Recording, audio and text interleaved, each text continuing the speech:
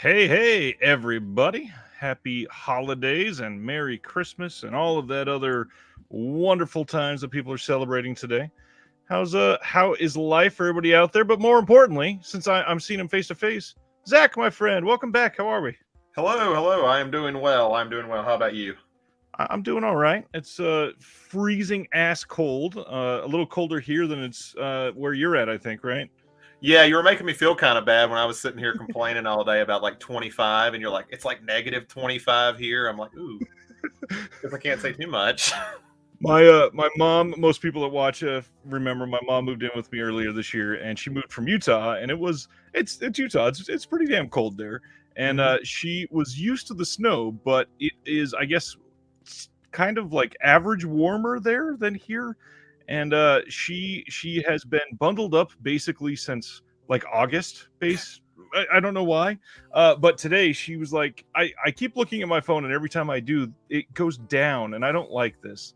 I think our high today was 7, and we hit 7 before 6 a.m. Oh It's my God. been going down the entire day. So, yeah, we are freezing. What's going on, everybody in chat? Antoine Holland Oates and Eric Johnson, John Peters, Brent Madison, Terry is here live. First off, I trying to get a little seasonal. I got a small strand of lights behind me, but it's the big Christmas show. I know there's a lot going on for a lot of people. If you're here live, thanks for hanging out. Otherwise, hope you could catch the replay. We're gonna have a fun conversation tonight. Zach and I, we were talking about what to do for Christmas, and one of the things that people that like the type of silly movies that Zach and I both like always bring up Christmas horror films, and I said, but that gets talked about a lot. Why don't we just make it broad and say best all around all holiday horrors? So we're going to be talking about the range of them. I'm gonna try to throw some curveballs in there, and I've got some honorable mentions because some of them I'm going to shoehorn in that aren't really holiday horrors, but I would like to celebrate that way. Yeah, we'll talk a little bit more when we get to it, but I debated a lot on them, and I know I messaged you a little bit about it. It's like when does it count and when does it not? Like, Right. yeah. I'll give a little insight. One of mine, I was writing these down, and I was like, Imprint. We're gonna go over their announcements right now. They announced like one of my favorite horror movies of all time. Could we say Jacob's Ladder is kind of like a Veterans Day horror movie? I mean, it probably has more to do with the holiday than some actual holiday. Right. So we're going to go over that after all of our announcements. Hope everybody is well. The other big thing to throw out, it seems like everybody I know is getting sick. So if everybody out there is able, please stay healthy. It is crazy right now. I got people I know that have gotten 2 different types of infections at the same time. Respiratory infections are crazy right now. So yeah, take care of yourselves. And let's get into some announcements because that's the exciting part. We were looking at a pretty short week, and all of a sudden today we got bombarded with a bunch of actual official information on some stuff. So it's a fairly average week now. First up on the docket is Imprint, and I don't remember if you and I have talked about Imprint before. Do you have anything from Imprint? I have is it 2? Yeah, I have 2 things from Imprint. I have Heart 8, which was the very first one, just so I could finish my PTA collection, and I have Nice. their Warriors box set. Ah, I good want to get choice there. more. I really wanted the Wicker Man one, but it like came out at the worst possible time for me Right. financially, and now it's probably triple in price. But there's a few things in there I do want. They are expensive, and that's the hard part, especially when you're on other corners of the world from Australia. I'm super jealous of all of the Aussie fans that get these like locally at JB Hi-Fi, and they're 20% off. And yeah,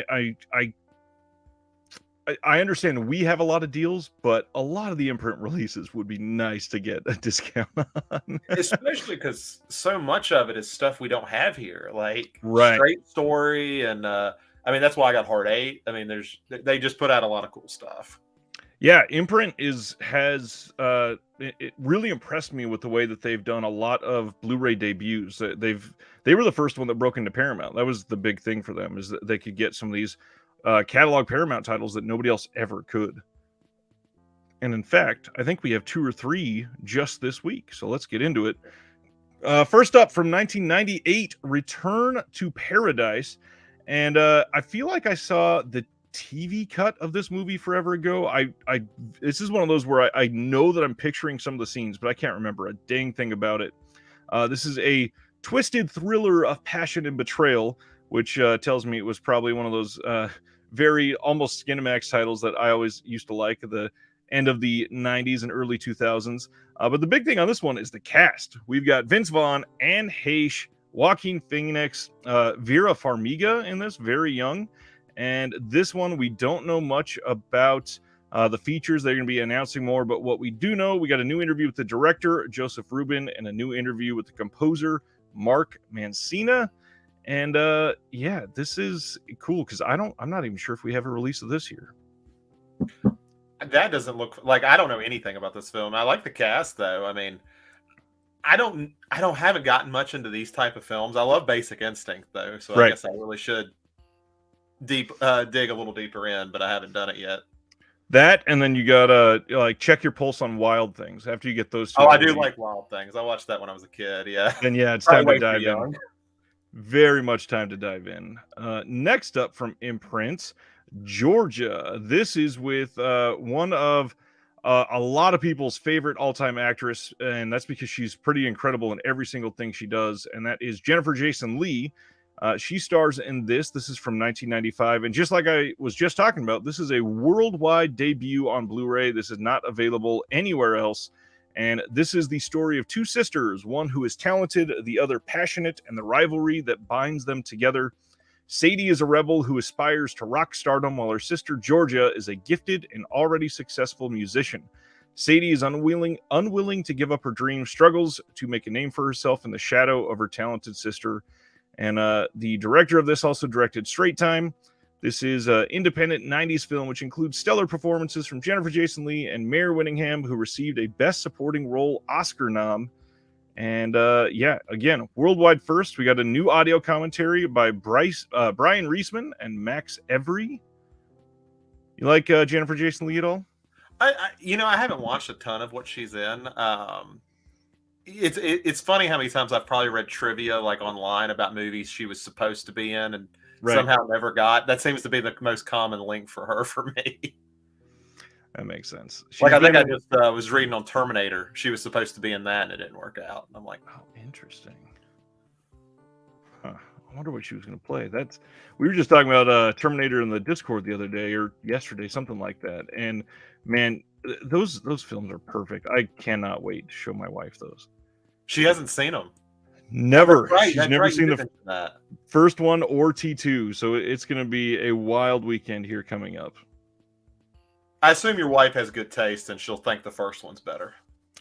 I kind of hope so. I know that she felt that way about Alien, which is very much like a mirrored franchise where the first one is more of a horror slasher and the second one's more of an action sci-fi, and then nothing else exists after that. I like Prometheus. I still haven't seen Prometheus or Alien Covenant, actually. I gave up a while back, I think. I can see why. Terry says, I remember hearing great things about Georgia. Eric saw Georgia when it came out. Remember it being decent. No, my wife has never seen a single Terminator movie. That's something that we're going to have to tackle here soon. Maybe I'm going to have to do a watch through of the entire franchise. Got to get ready for Genesis. This is true. The one we just talked about a minute ago, March 29th, we are getting Jacob's Ladder from Imprint. And this is just an incredible movie all around. There's not a whole lot to be said about this that hasn't been said before. This has an audio commentary by the director, Adrian Lyne, Building Jacob's Ladder featurette, 3 additional scenes with optional commentary. However, none of those are new. They've been on previous releases, but it does say that they're going to be confirming more special features later. And so far, when they say that, Imprint has always followed through. So I'm curious to see what they are able to get. I'd love to see an updated Tim Robbins interview on this film.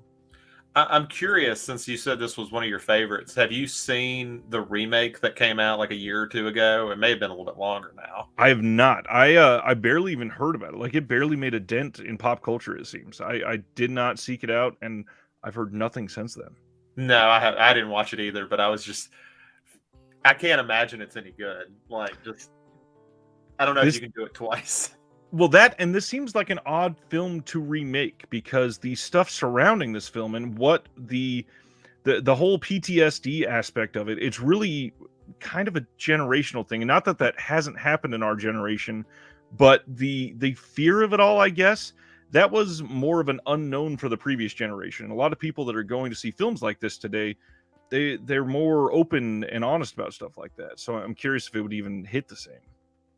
Yeah, because I mean, I think, yeah, like you mentioned, it's just at least more openly talked about than this was kind of, I guess, where it really started to open up a little bit more about it. Was this Yeah, Desert Storm, right?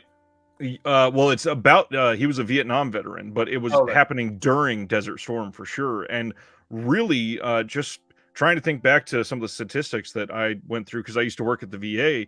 I believe around this time specifically is when they started to see a a, a a linkable surge to veteran suicide was around the late 80s. Obviously, there was a lot of it after Vietnam, but they couldn't necessarily say it was because of this. And of course, now knowing what we know now, of course it was because of that. But it's just kind of a very interesting transitional period because, again, just like you just said, Desert Storm, going from your parents having been in Vietnam and now you're potentially going into Desert Storm, that's got to be a hell of a thing to face after stories that you've heard and then just dealing with it every day. Yeah. oh, now I'm gonna have to watch Jacob's Ladder because I haven't seen it probably in like 10 years. Right.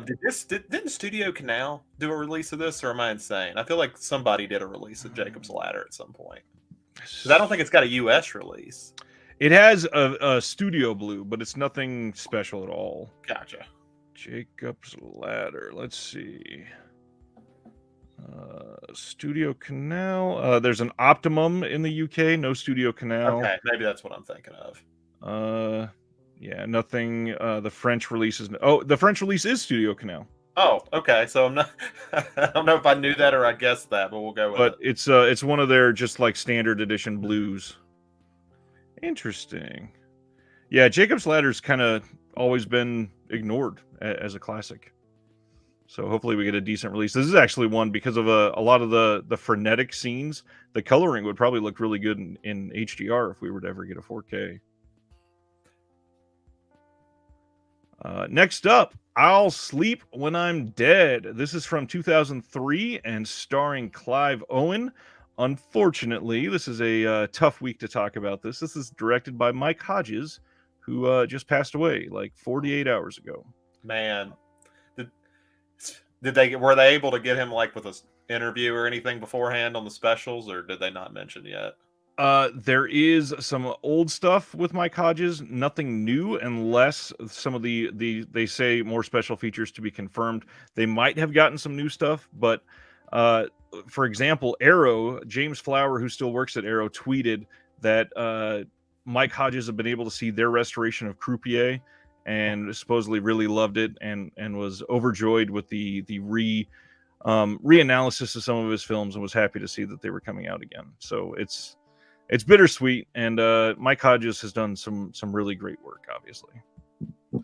Yeah, it's good to get a release. It'd be nice if they were able to get something new with him before he passed, just to have it. But and that goes exactly with what I've said before on here, is that a lot of the people that are in or involved in the making of a lot of the films that we loved, it's about that time. A lot of them are getting older. A lot of them are getting sicker. A lot of them are, retiring and sticking out in the middle of nowhere where nobody can find them. And if you don't start getting some of those interviews now, we just may not hear from them again. And that's tough. Especially if you're somebody that did something amazing like Get Carter. I mean, that's just genuinely one of the best films of all time. I don't think I've ever seen this one. I'll Sleep When I'm Dead. This also has Jonathan Rhys-Meyers and Malcolm McDowell. This is a later film, obviously, from him, but on this we got a audio commentary by Mike Hodges and the writer Trevor Preston. There is a BBC documentary on the film, and then more special features to be confirmed. Now, not to take the somber moment and try to change the subject really quickly, but there was a very interesting happenstance when this got announced last week, and I was taking my sweet time after our show last Thursday. They announced these during probably the last 20 minutes of my show, and I went to post all the announcements, and when they sent out all of the information, this film had this picture and the title, but the actual synopsis that Imprint was sending out was for the film Freeway that Vinegar Syndrome just released. I reached out to Imprint and let them know, hey, there's a mistake on all. They even had this on their promo images. They have images where they put the cover and the synopsis and the features. It's not the one that I use here. They're really nice promo images. But I reached out and said, hey, just so you know, this is an error going on. And they went, oh, thank you so much. And they went and fixed everything. But that's very curious. Imprint might be releasing Freeway here soon. Yeah, the only other thing I could even potentially think, if they're not releasing Freeway, they just for some reason use that as like a placeholder, which would be odd. But I mean, that's the only other explanation I could think of. The fact that they used it on their promo image is what got to me the most, because like the first line is when Reese Witherspoon goes on, and it's just clearly Freeway, and they never even say the name Freeway. So if some like intern was putting the images together, he may not know.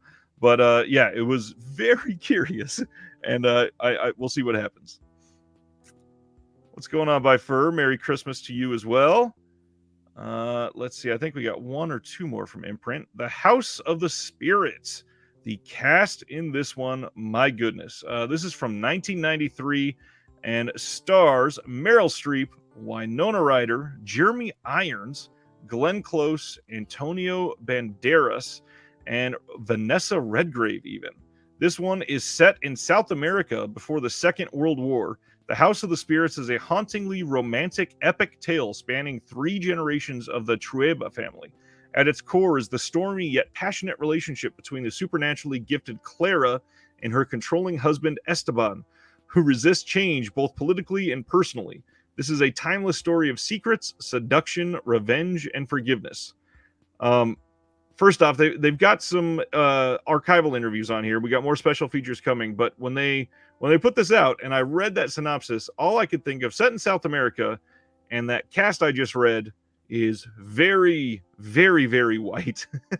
And then Trueba family, Jeremy Irons playing Esteban. Product of its time. Very much so. So I've not seen this one, I don't think, at least. This is from shortly before I started getting into any sort of film, even on TV. So I'm not sure if this was around when I was watching or not. This was 93. Yeah, this is a year before I was born, so I have not seen it.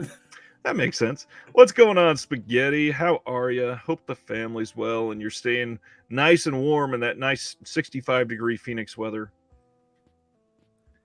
Little Buddha. This is coming from Imprint on March 29th as well. This is again from 1993. This is Keanu Reeves and Bridget Fonda.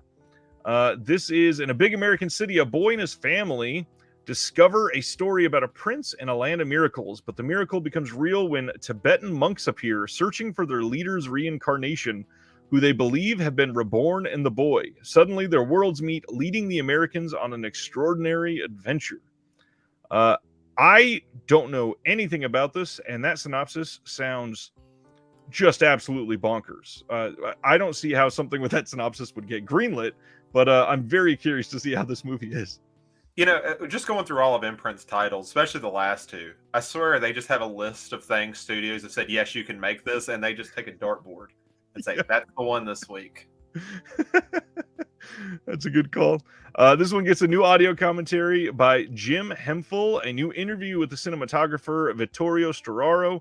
There is a making of featurette, an interview with Jeremy Thomas, some vintage interviews, and they might be doing some more features, it looks like. So once again, a nice solid month from Imprint. I think that's the last one from them.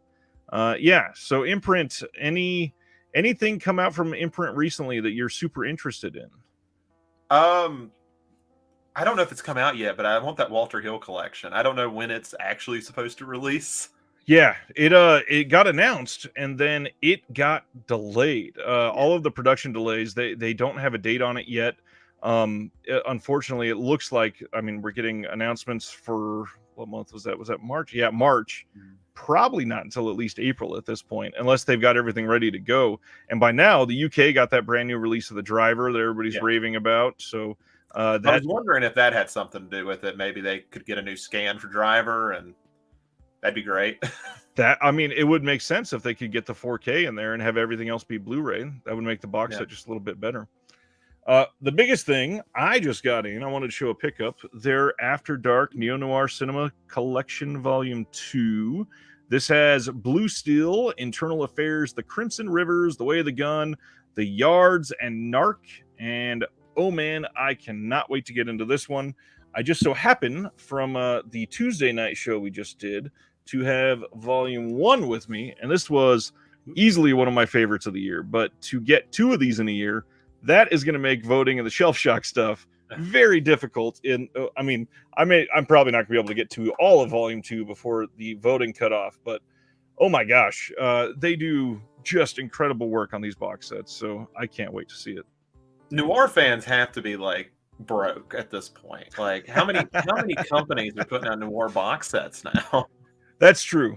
Thankfully, I'm not a super noir fan like the older ones, but man, neo noir, I would walk a few miles just to get a couple good box sets for neo noir for sure. Next up, we got Arrow releases, and Arrow is putting out Boyhood, the 2014 Richard Linklater film. The big difference, they are giving this a 4K. This is getting some new features. There's a new featurette featuring American poet and critic Dan Cheeson in conversation with his son Louis Cheeson about their shared love and connection to the film. A new visual essay by critic and filmmaker Scout Tafoya. There is a previously unheard interview with Richard Linklater by Rob Stone, who is the author of Walk, Don't Run. And then there's some older archival features as well. And then, of course, the classic Arrow style, a 60-page perfect bound collector's book featuring new writing on the film from a few people. Did you ever see Boyhood? I have seen Boyhood. What'd you think?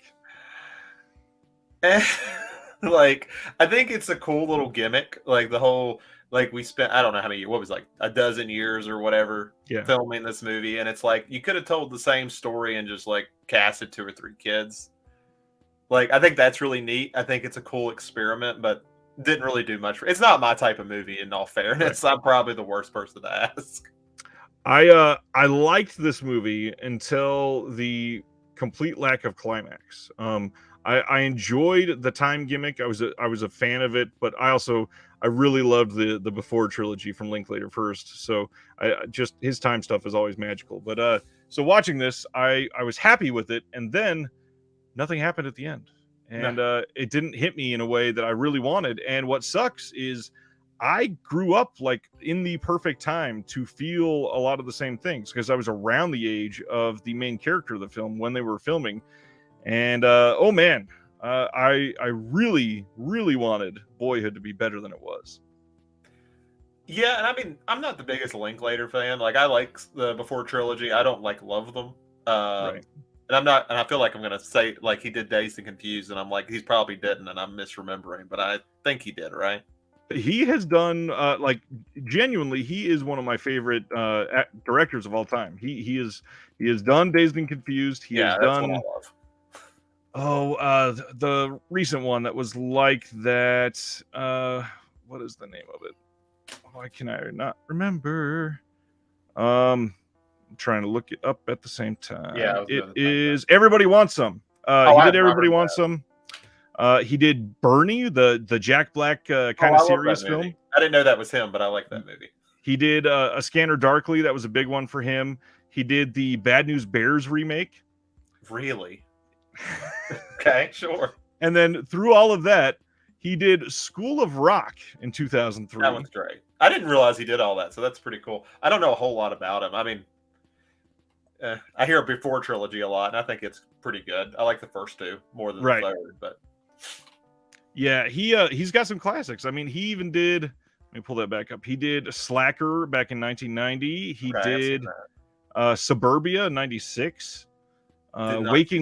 Waking Life in 2001. That's the big ones. And he's the kind of guy that is always working.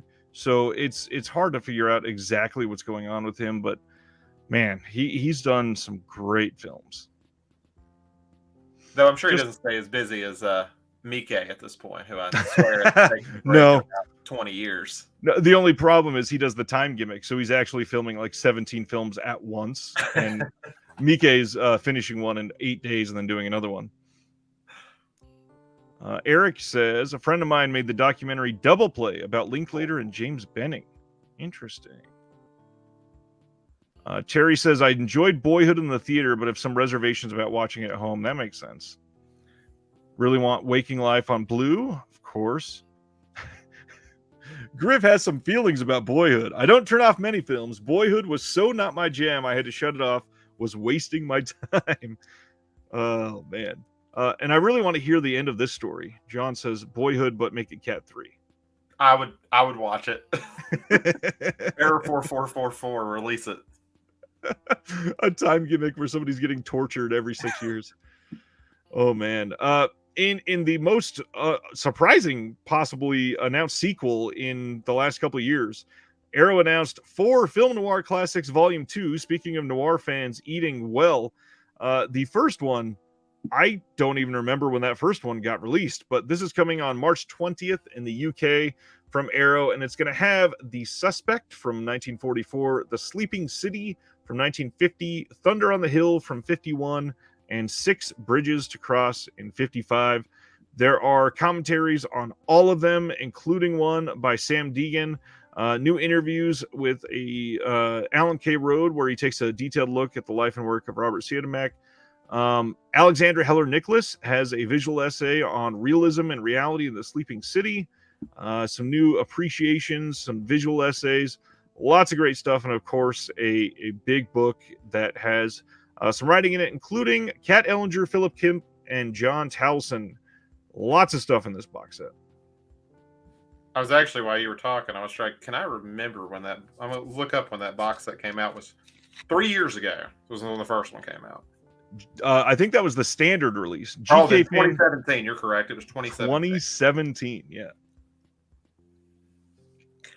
And if I remember right, I think that first one actually had the Arrow Academy logo on it, maybe? Yes, it is Arrow Academy. And now, of course, Arrow Academy does not even exist. So that'll probably piss some people off that really want their stuff to match up nicely. But yeah, this is wildly surprising. This is way out of left field for what Arrow has been doing over the last year. Not that that's a bad thing. I think that's a good thing. It shows that they're still interested in doing films like this. And as long as they're willing to be diverse, I think that will help them in the long run. And Arrow, they've done good, but this year has not, in my opinion, at least, not been a great one for Arrow. Yeah, and I mean, I know a lot of people are disappointed when they kind of closed Arrow Academy, but I think in the UK they just have so much of that covered. Like you have Eureka, you have Indicator, Criterion does sell some in Region B. It's like it's a lot of competition for what they do. So it's very true. Does it better? Oh yeah, Eureka has stepped up massively. Like they've always done it better for the most part, but the last year and a half, when they put out the classics, Eureka puts so much love into them. I mean, the 4K of Dr. Caligari that we just got, the release of Vampire from this year, just astonishingly stunning sets.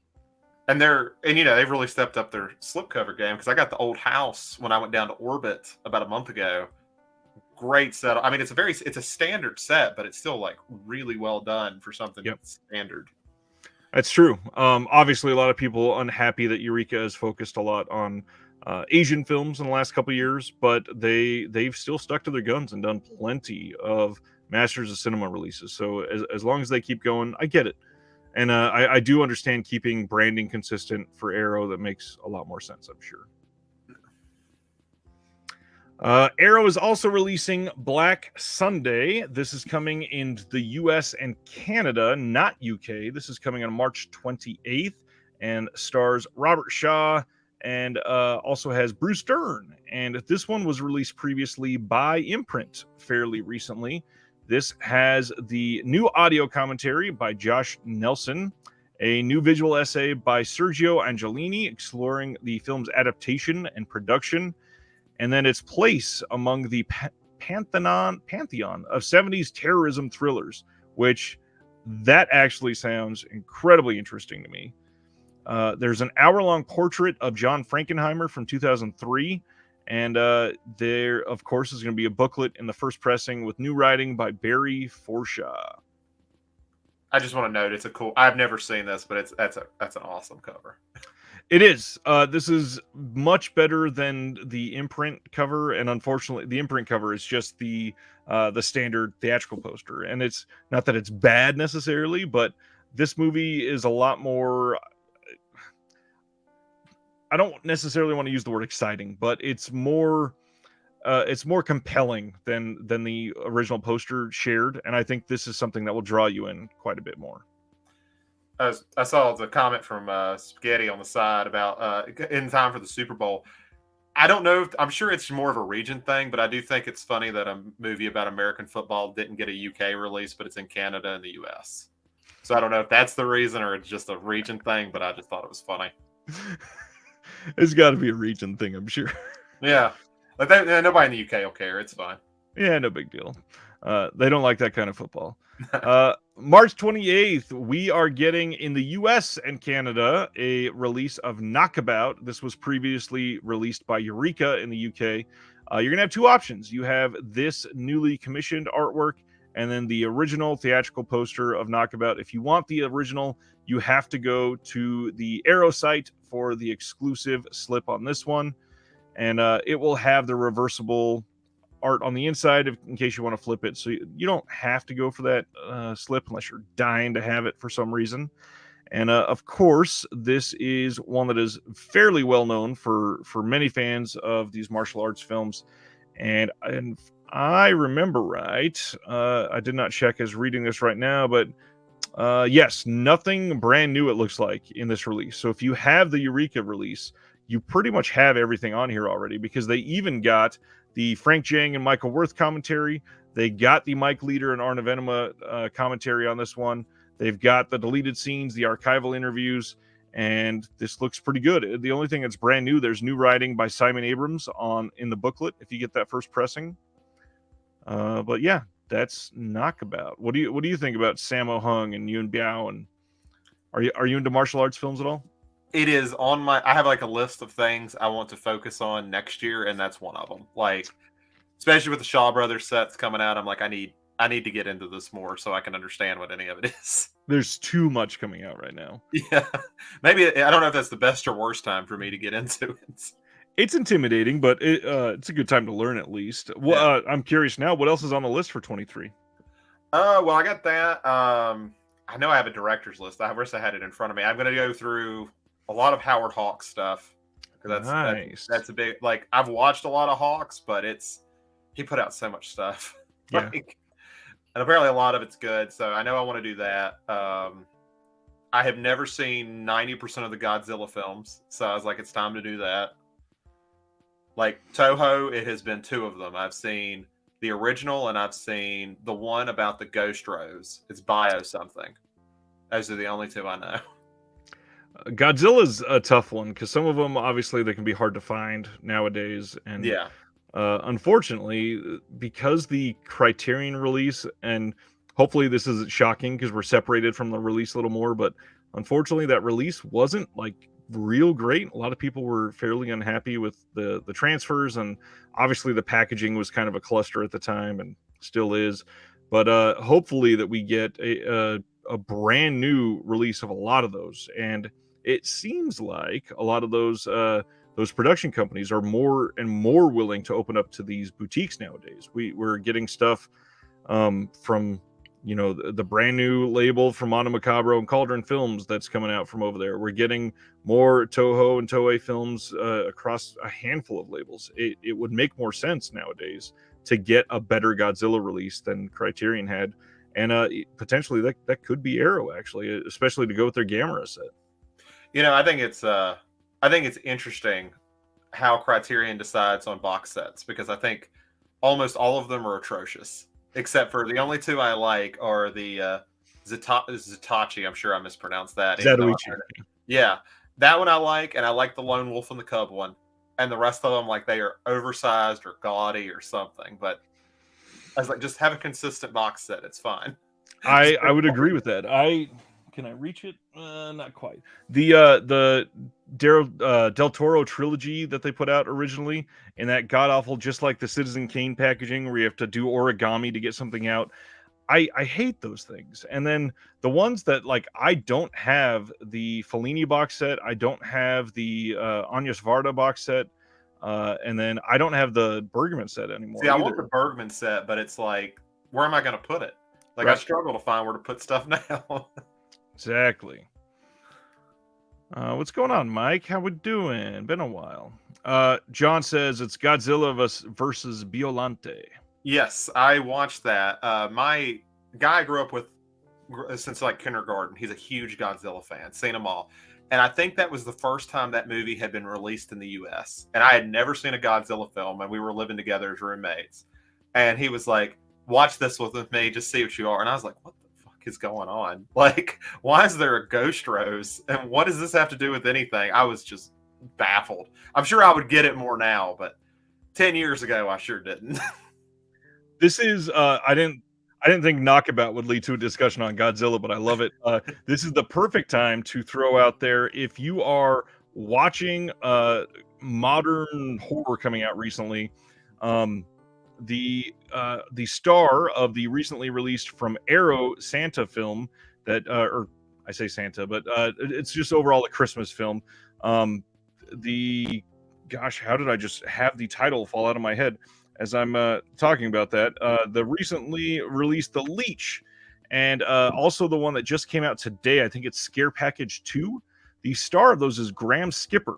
Graham Skipper just in October released a wonderful overall view of Godzilla that was done in conjunction with Toho, and they worked with him to get all of the facts right, released all of the original art, did translations for him. You can look it up on Amazon, and it's very cheap, but it is like the ultimate guide to everything Godzilla, and it's amazing.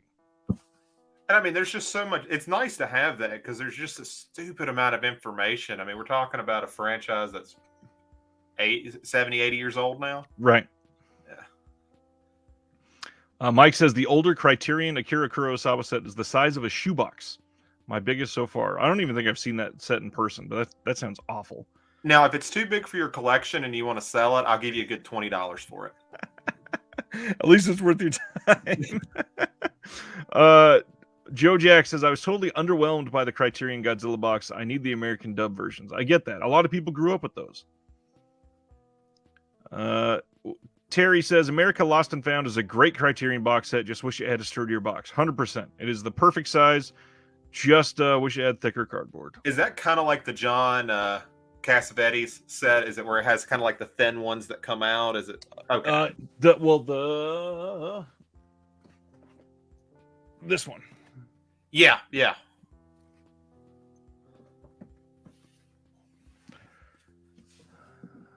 John says, didn't Toho hamstring Criterion? Supposedly, yes. I think they wouldn't allow any new restorations on anything, and they hadn't restored them in some time, and they just kind of, here you go. So I get it, but at the same time, Criterion fumbled a lot of stuff themselves that they chose. I mean, the packaging itself was atrocious. Yeah, and I mean, it was, and yeah, it made such a big deal about 1,000, and it sounds great in theory that would be number 1,000. Like, oh, that's cool, right? Just probably didn't make the waves they were hoping it would. Well, and what I don't understand, the best part of that release that was brand new was the art on the cover of the big coffee table book, and they didn't even release a poster for it. Like, this is the most striking Criterion art in a couple of years, and it's just relegated to your front of your Godzilla collection. Anyways, next up is The House That Screamed. This is coming in the UK, US, and Canada. This is from 1969. Important to point out, probably, for those that have some older Scream Factory releases, this was previously released, and this is probably the cover you recognized, because this is what was on the Scream Factory release. You can get this on a slip if you order from the Arrow site exclusively. This is a pretty decent film from what I remember. I saw this a few years back. I probably should watch it again. There is a brand new 2K restoration from the OCN that was done by Arrow, and they also have the 105-minute uncut version titled The Finishing School, and then the 94-minute US theatrical version that is called The House That Screamed. And thankfully, they're advertising things that other labels need to use more, which is seamless branching, where they both use the same portion of the file until they need to do a separate little cut there, and it saves space on the disc and keeps it so there's less compression. I wish more labels did that. I'm guessing Arrows must be doing pretty well with their original art, because they have really made that their site exclusive, which I think is cool. I know a lot of people prefer original art. I just think it's interesting that they've pushed so hard on it. Right. Griff, speaking about Criterion, says a lot of their non-plastic case packaging is kind of trash. I'm still salty about the Citizen Kane 4K and how hard it is to get the discs out. Right? I don't understand. If you, living in the time when that was released, if you're so excited the moment you get home to get that disc, you have to pull the top off, set it down, pull a flap off, pull a flap off, pull a flap off, pull a flap off, pull a thing out to get to the movie. Like, what? That's crazy. It's basically the puzzle box from Hellraiser. It's crazy. It's almost like Criterion. They know they have this big release. We're talking about Godzilla, and then of course Citizen Kane is a huge deal for them. It was like, I don't know if it was their official first 4K, but it was definitely their first one announced. Kane was, yeah. Yeah, and it's just like they fumble the whole thing and over-engineer everything when they know it's a big release. It's like people would have been happy with a digipack, just like you did for Mulholland Drive. They would have been fine. Yeah, and then it required a replacement disc on top of that. Yeah, that's probably why they made you destroy it, so you couldn't return it, because it's so hard to get the disc out. They were like, we told you to destroy it. It's fine. The House That Screamed, we are getting a previously unreleased interview with actor John Mulder Brown on that. There's a new commentary by Anna Bogutskaya. There is a new interview with Juan Tabar, the author of the original story. New interview with the director's son, Alejandro Ibanez. A new interview with Spanish horror expert Dr. Antonio Lazaro Ribol, discussing the history of the film and its director, and then some alt footage from the original theatrical version. Lots of stuff coming on this. This genuinely looks like a decent upgrade from the Scream Factory release. And the Scream Factory release, that's a question I probably should have looked up before coming on here, but that had to have been like 2015 that originally came out. The House That Screamed, 2016, so pretty close. Is that when they were kind of doing more of that 1,000 or 2,000? That's all they're going to do. I know there was kind of a period where Scream Factory did it before I really got into them. Like Velvet Vampire had 1,000 copies of that. This was not one of those. That kind of thing they've pretty much always done. That was also like what they do now, where pretty much every month they announce one or two site exclusives. That's only 1,500, and that's what Velvet Vampire was as well. You couldn't buy it in any stores, just from their site. And thanks for that. That cost me more than I'll ever admit to get my copy of that. I got very lucky with the Velvet Vampire, because they in classic Scream Factory history, they found a box in the warehouse and had 27 copies, and I was lucky enough to get one at just about retail. Oh god. Yeah, I searched for the thing for months and had a hard time finding it. John says the Citizen Kane 4K is a better puzzle than the new Hellraiser. Ice is here. What's going on, Ice? Next up. So that was it from Arrow. That is a decent month from them. It seems to be a little out of character from the rest of this year, but it seems to be like a changing of the guard time for Arrow as well. They're not as focused on horror necessarily, not so focused on Asian, but a mix of sort of everything. And that's probably a good place to be. And maybe they're finally getting a little back on track since COVID and Fran leaving. It seems like they might be a little more dependable again. Losing Fran was big for them. I think losing Fran was bigger than they were ready for it to be. Yeah. Radiance looks cool, at least. I can't wait to get my first release from them. I'm always excited about new label stuff. All right. This is a big deal for a lot of fans of this film, and we are able to order now from the Cauldron Films website or from Diabolic DVD the limited edition 4K of City of the Living Dead from Lucio Fulci from 1980. This is going to ship on or around March 29th. And just for those that may not want to spring so much on this release, because I believe it is $50. They are saying that next year there will be a standard edition of the 4K. Grateful every single day when when labels announce that. That's very important, I think, to be transparent with everybody. So what's new? What makes this worth it? First of all, second label in a row that is talking about seamless branching, and I really do want that to catch on, so I am going to highlight that again. But we do get Dolby Vision on this disc and HDR10 compatible, of course. English Mono 2.0 with optional English subs. The Italian Mono is on there as well. Then all of the new special features. We get a new commentary with Sam Deegan.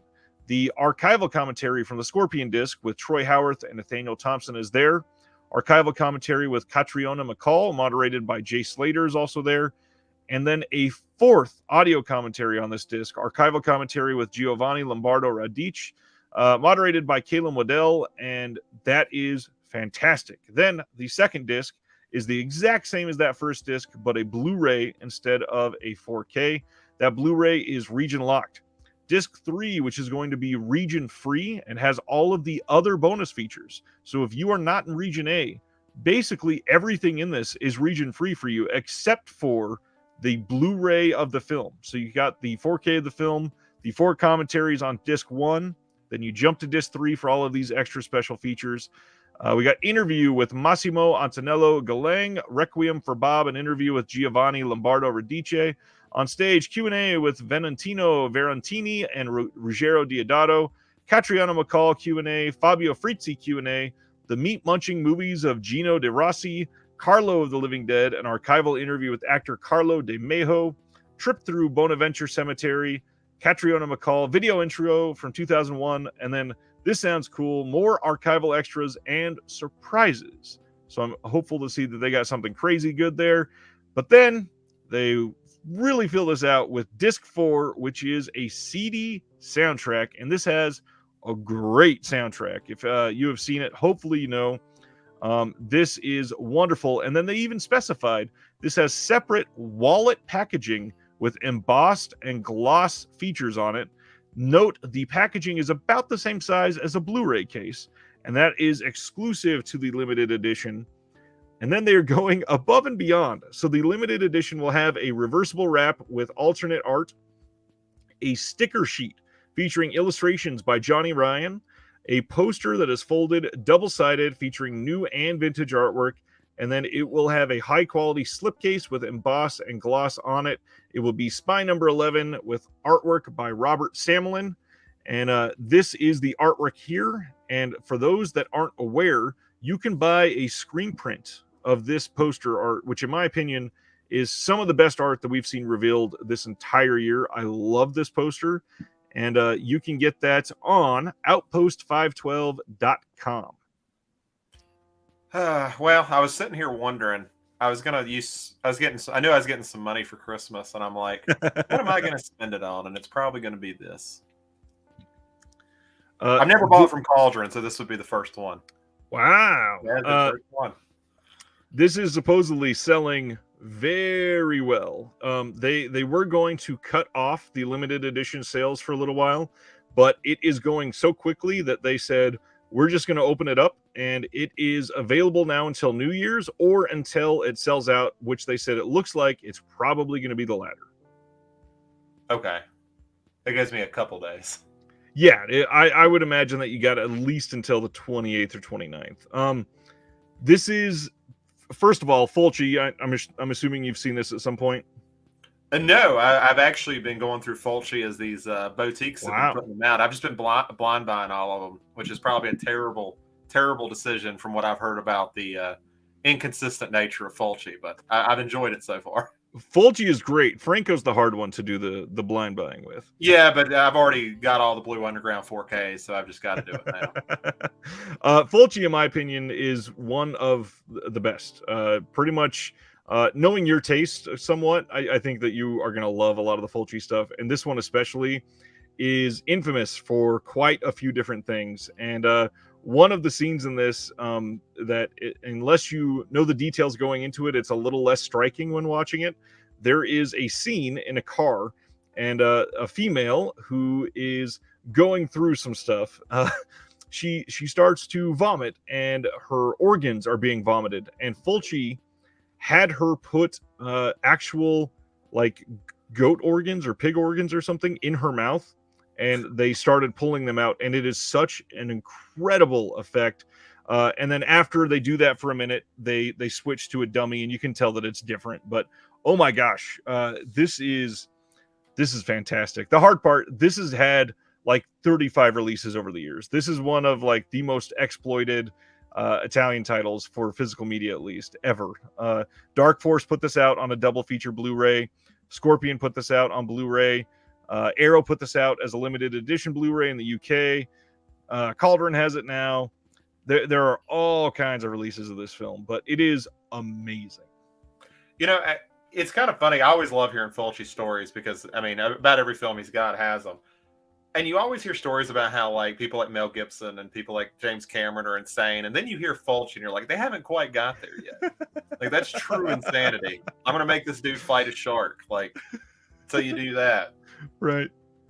Let's see. We got some new comments. I'm back. Stan Geezy's here. What's going on, my friend? Hello, Stan. Brian made it. Hello. He says, can't wait. This is my favorite Fulci. Joe Jack says, what's the Cauldron slip quality like? Can I reach one? Not quite. If you have one, I would say it's fairly comparable to an imprint.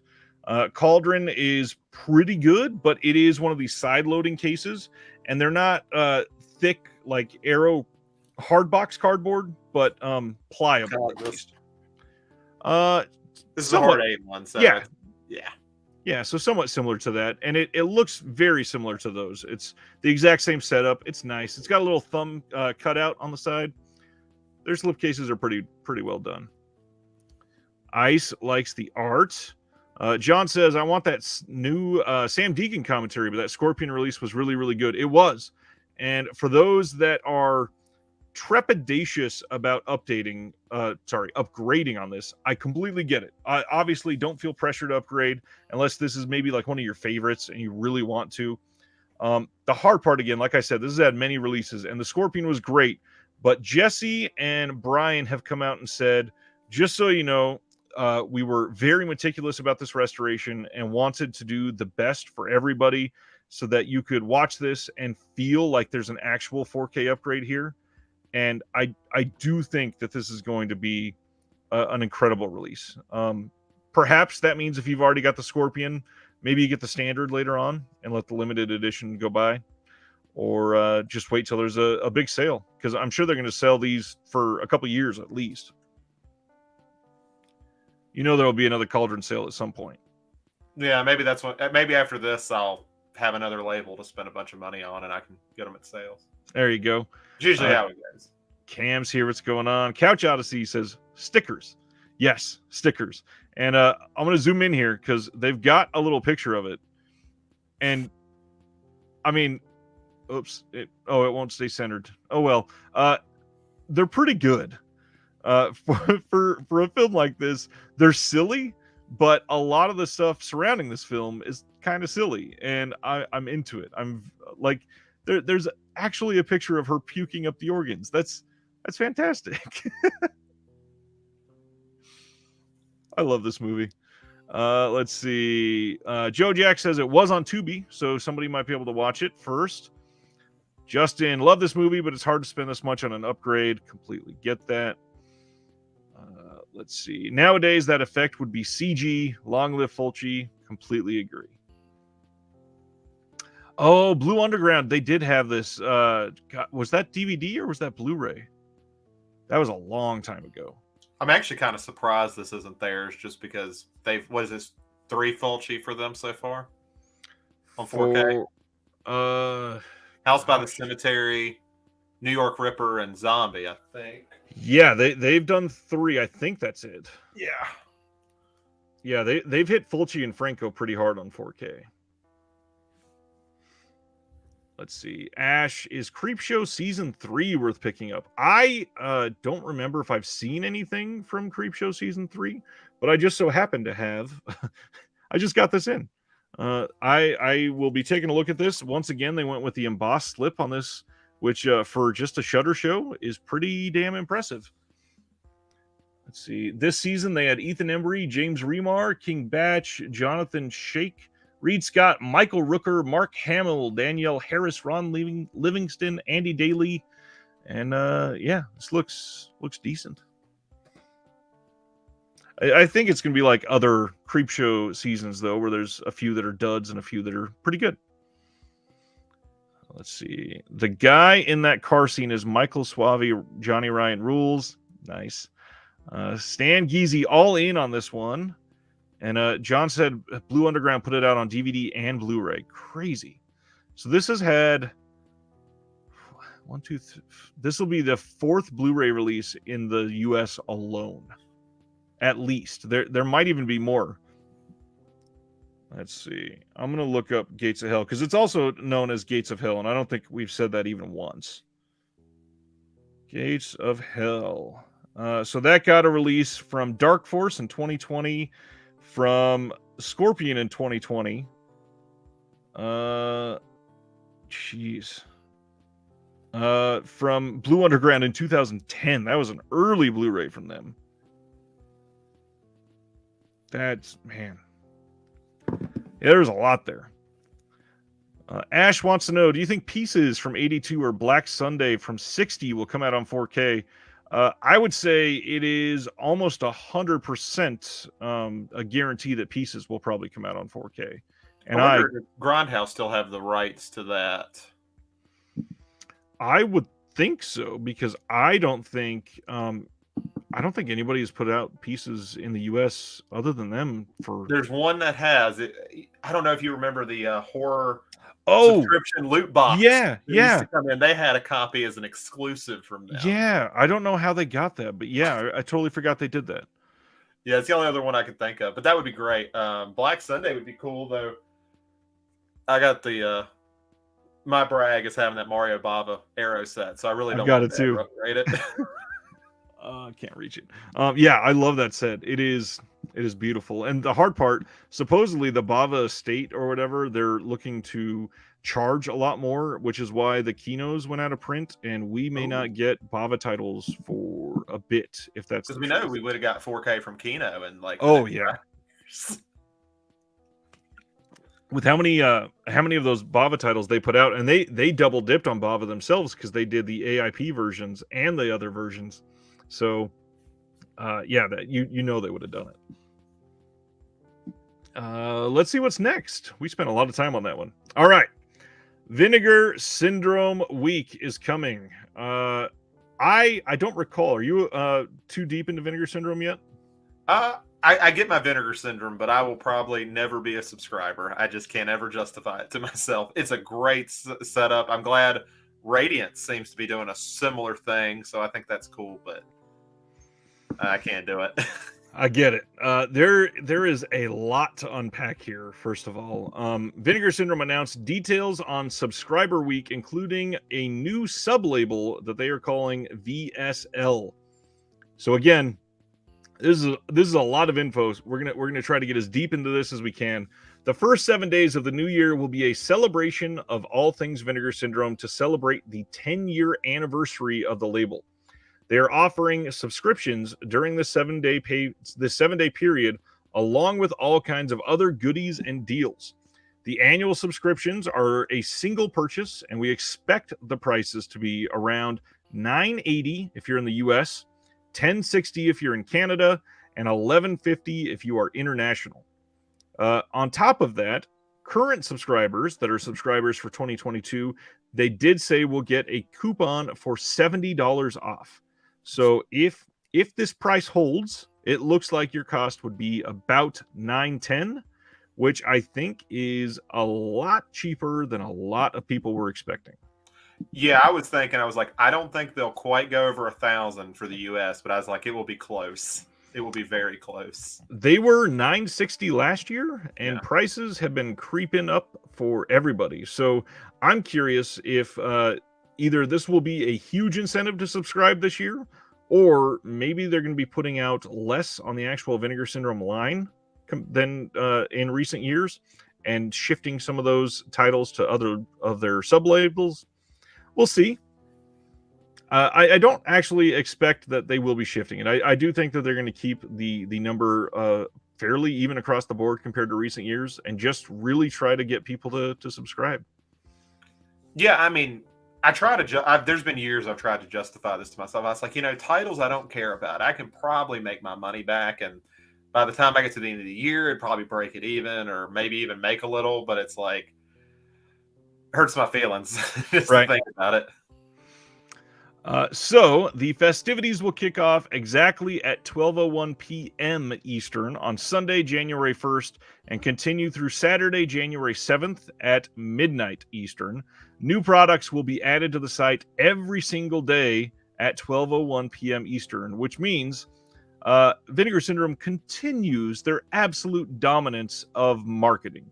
I don't think anybody else ever comes anywhere close to what they're able to do, but now they will have news about their website online, and everybody will be talking about them for 7 days straight without stopping, which is crazy. That for any of these labels, this is crazy.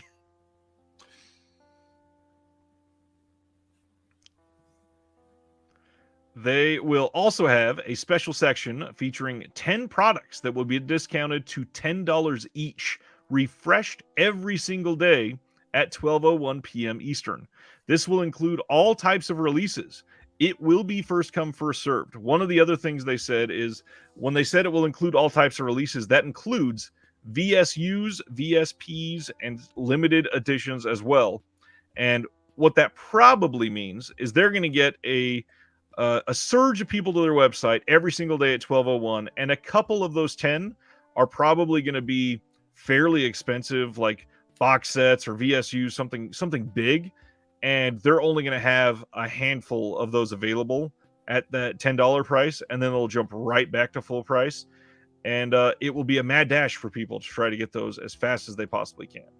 And I'd usually worry because I know I've seen so many site crashes, but credit to them, I think they've always prepared pretty well for that. There's going to be a big fluctuation. The last time the Vinegar Syndrome site crashed was before they got this popular, and it was in either 2015 or 2016. I can't remember. It was one of those 2 years, the Black Friday sale, and it didn't stay down even like 3 minutes. It was just there was some bugginess basically. Let's see. They are going to be enabling their free add to my existing order during the 7-day period, which means if you buy something on that first day, you don't have to worry about paying shipping on any of the other days. That is pretty dang good.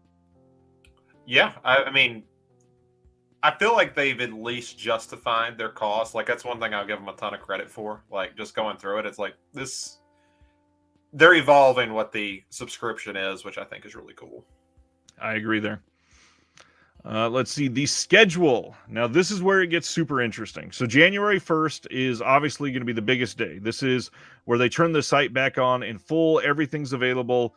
Here you go. So on that day at noon, we are getting 4 regular Vinegar Syndrome titles, a VSU, and 9 partner label releases, all revealed right then. January 2nd, we are getting a VSA. January 3rd, we are getting our first VSL, and we'll talk about that more in just a minute. January 4th, we're getting a Peakorama release. January 5th will be Merch Day. January 6th, we get our second VSL. And then on January 7th, we get our second VSA of the week. And that's jam-packed. I mean, overall, if you're counting the partner labels, which obviously they're completely different labels, they are under OCN, but only really for distribution. They run their own everything. If you count those, we are getting a total of 15, 16, 17, 18, 19 releases in 7 days from OCN. So what are you thinking the new label is going to be more like, from what you can gather? Because I couldn't really gather anything of what would be an example of it. Well, let's talk about it. So they defined it on their email, and it says this: Vinegar Syndrome Labs is VSL. As with each of our sublabels, we are hoping to expand and defy expectations with the diversity of films we restore and release.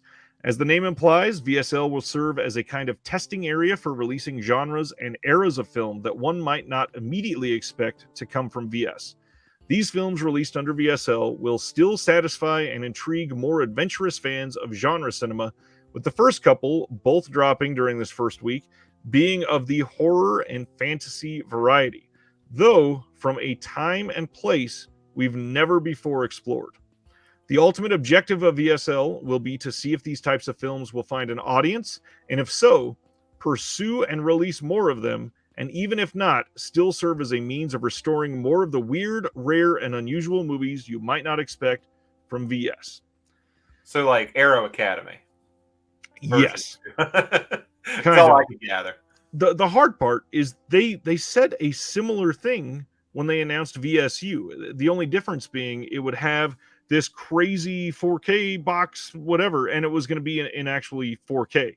So with these not being 4K that we know of, not guaranteed to be 4K, is that just a way to get away from that other sub-labeling? Because this just seems odd. Like, you've already got VSAs, which you are supposedly for the titles that did well at the video stores in like the 80s and 90s. But even those, we got a VSA from, I think, the 60s was the Santo film. Yeah. So we're falling apart from what that was at the very beginning. With VSUs, they're supposed to be 4K and things that VS would not normally put out. So far, that kind of checks out. Roadhouse, Cloak and Dagger, Six String Samurai, and then Beastmaster. All of those, they're a little odd compared to the other VS titles, so I get how you would say that those are different. Which the VSUs have kind of been like a mix and sellers, right? Like, I feel like Beastmaster sold out quickly. I believe Roadhouse has done decent. But I feel like, I haven't checked in a while, but I feel like Six String Samurai is still available, like, completely. And I'm wondering if it's just having a difficulty selling them. Well, I don't necessarily think that's the case, but I think Six String Samurai is easily the worst of the VSU so far. But on top of that, it doesn't feel like the others, even though they're not like themed or tied together or anything. It definitely feels like the odd man out when compared to all of them. Yeah, because especially with like Beastmaster and Roadhouse, they were well-established titles before Vinegar Syndrome got it, and Six String Samurai isn't. Like, well, and so is Cloak and Dagger. Cloak and Dagger was a huge film. Yeah. So we have Labs, and now the question, it says from eras or places we might not have. So all this says is it will probably be very old films or very new films, and probably a lot of international films.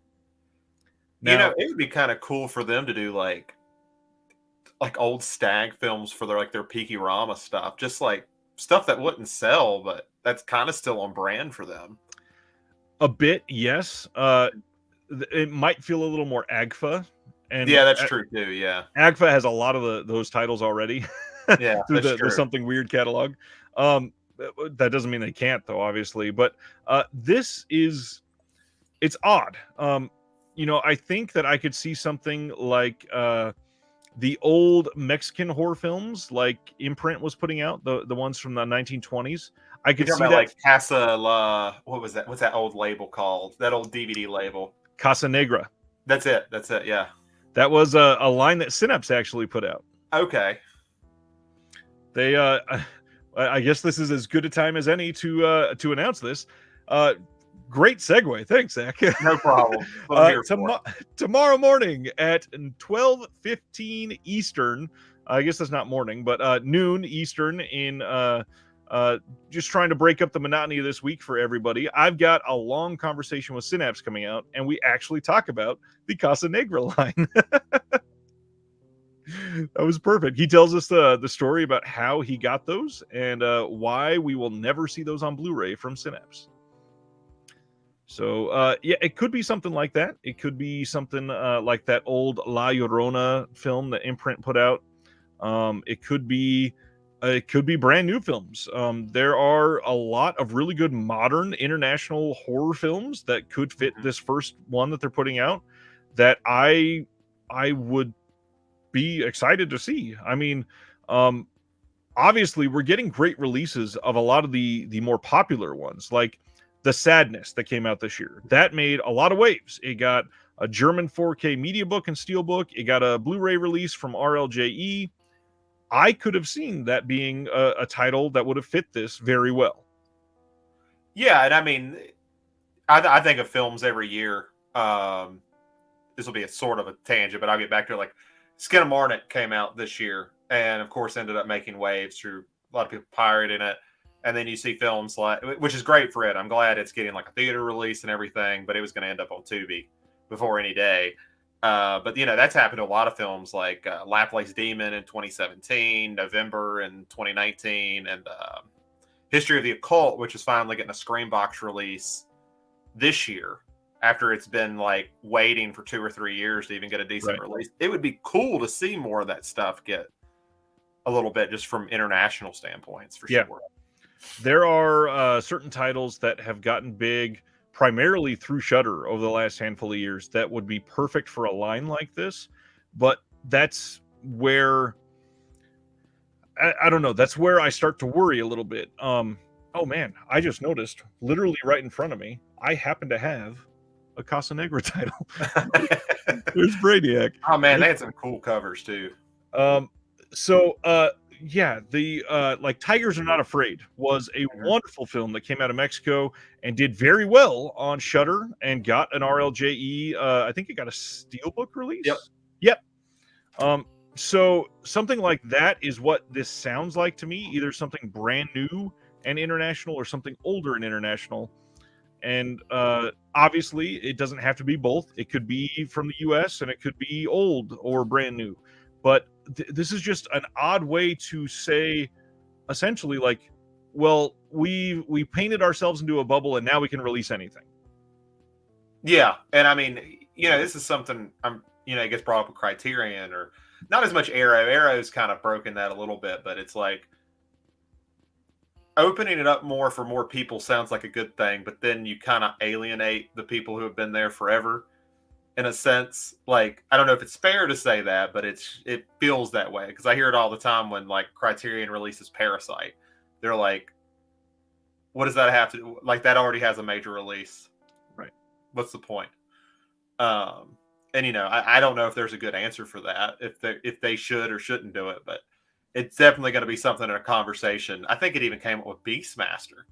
Like, it's like that was a title that needed an upgrade, but it's like, does it fit Vinegar Syndrome to it? Right. I agree there. This one, obviously there's a lot that we could do to speculate here, and we'll know a little more next week, but at the same time, like with what I just said, this basically says they could release anything under VSL and say, yeah, but we said what we said. It could be from other places or other times. So we'll see. Griff says the picture on the screen is from a title called El Violador Infernal, and I believe it's Infernal Rapist, and YouTube censored it for him. I had heard that, and that would not surprise me if that was one of the titles that was coming as the VSL. More Mexican and Latin American horror would be awesome anyway, so I'm all for it if they do that. A lot of that stuff is great and does not get enough attention. I have been sorely, completely ignoring chat since we started talking about this. So let's get some opinions on this. Joe Jack, the VSL line is completely mystifying. Did they see the cash the partner labels were bringing in and decided they want some? I mean, it's OCN, which is wholly tied to Vinegar Syndrome, so I don't necessarily think that's the case. I don't think this is a greed pull necessarily, other than you could call greed because this will be something that subscribers will get a discount for and they will have to pay extra for. So it allows them to release more films by not having it under the Vinegar Syndrome label. Could be a part of it. Magic Hands, what's going on? Griff says, I'm wondering if any more invisible slips will surface this week as well. That would be something that would not surprise me that could show up as $10. Also, I need to sell this before that happens. Got it. Cool. I can do that. Eric says Vinegar Syndrome cost for 2022. Okay, so I was off a little bit. It was $925 without the discount instead of $960. You might have been thinking of $860 if it's a $70 discount. That makes sense. Yeah. Joe Jack, so you're thinking it will be a limited number of random titles for $10. I figured it would be the bad sellers. With the way that they worded the email, it's going to be a little mix of everything. So I think it'll probably be a handful of bad sellers every day with a handful of things to entice people so that they go to social media and brag that they got something for super cheap so that more people show up to the site the next day. Yeah, I agree with that because I think it looks bad on them if it's just stuff they've had 800 or 900 copies of for 2 or 3 years. Right. Or like, if it's, okay, you gotta open up the warehouse a little bit. We got it. If it's 10 new titles that are on sale during their halfway sales and the Black Friday sales for $12 and now it's 10, nobody's going to be happy with that. Yeah. Antoine said Sidekicks 4K. This is basically confirmed to be coming, the Chuck Norris film Sidekicks. This was leaked by, I don't remember the website, but some other website said that Vinegar Syndrome was doing this. And I think they mentioned one other title as well. But for the VSL, I don't think it fits that. That could be, though, the VSU that we're getting.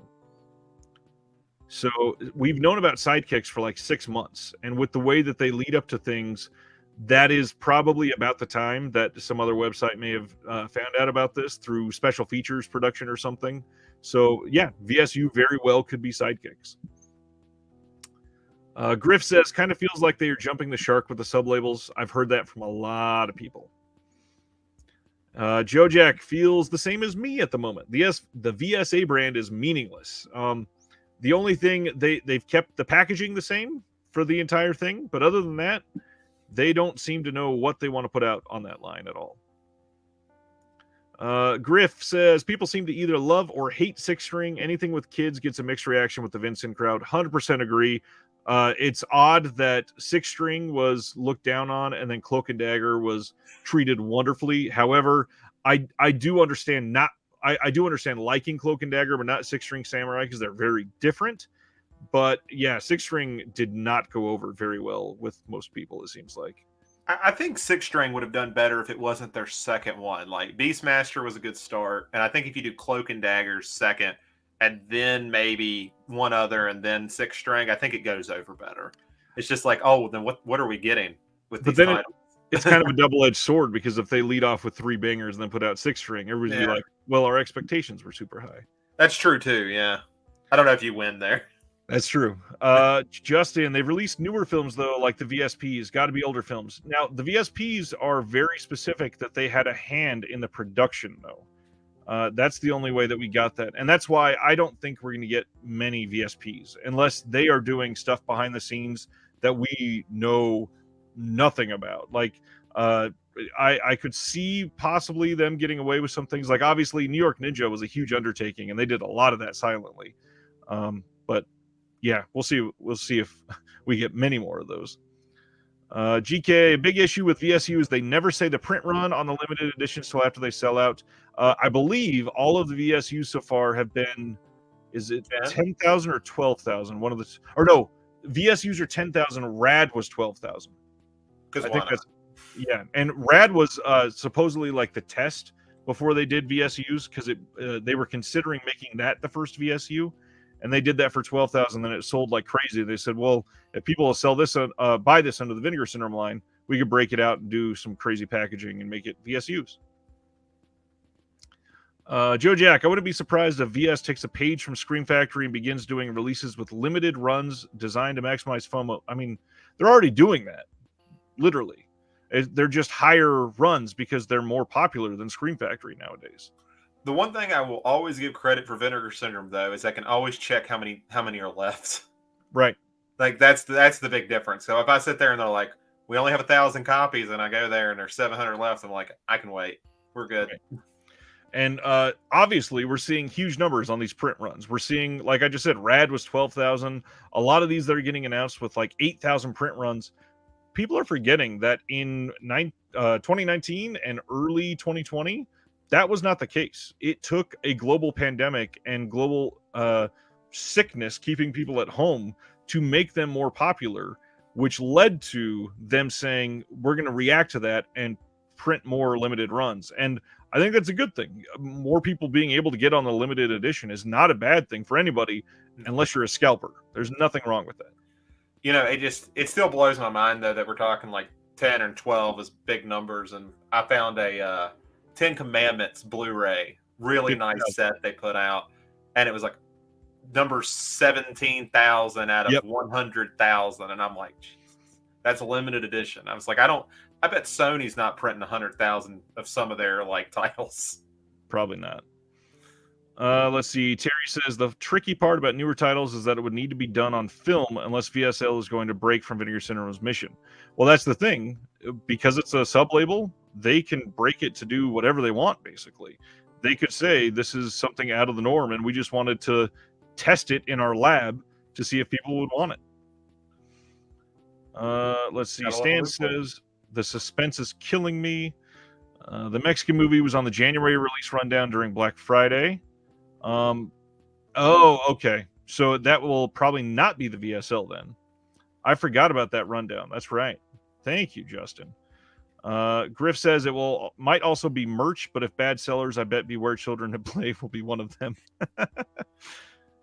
Weren't Censor and Scary of 61st VSPs, did they actually produce those? Supposedly they helped with some part on them somehow. Scary of 61st feels very Vinegar Syndrome, so that one I understand. Yeah. That movie was a trip. I tried to give that one. I watched it all the way through and went, I feel like that wasn't made for me, and started it again and went, nope, confirmed. This was not made for me. Like I can respect what they're doing, but oh my gosh, I do not like this. I always tell people, it's like, if you really wanted like double feature something kind of crazy, watch that and Dash Cam from this year. Oh. They are both kind of in that same wheelhouse for me. I like both of them, but just because they're so out there. Like, they're completely out there. And that raises, I know we've talked about it in the Discord, I think we've talked about it on the channel a couple times too, is with movies, do we need the main character to be likable?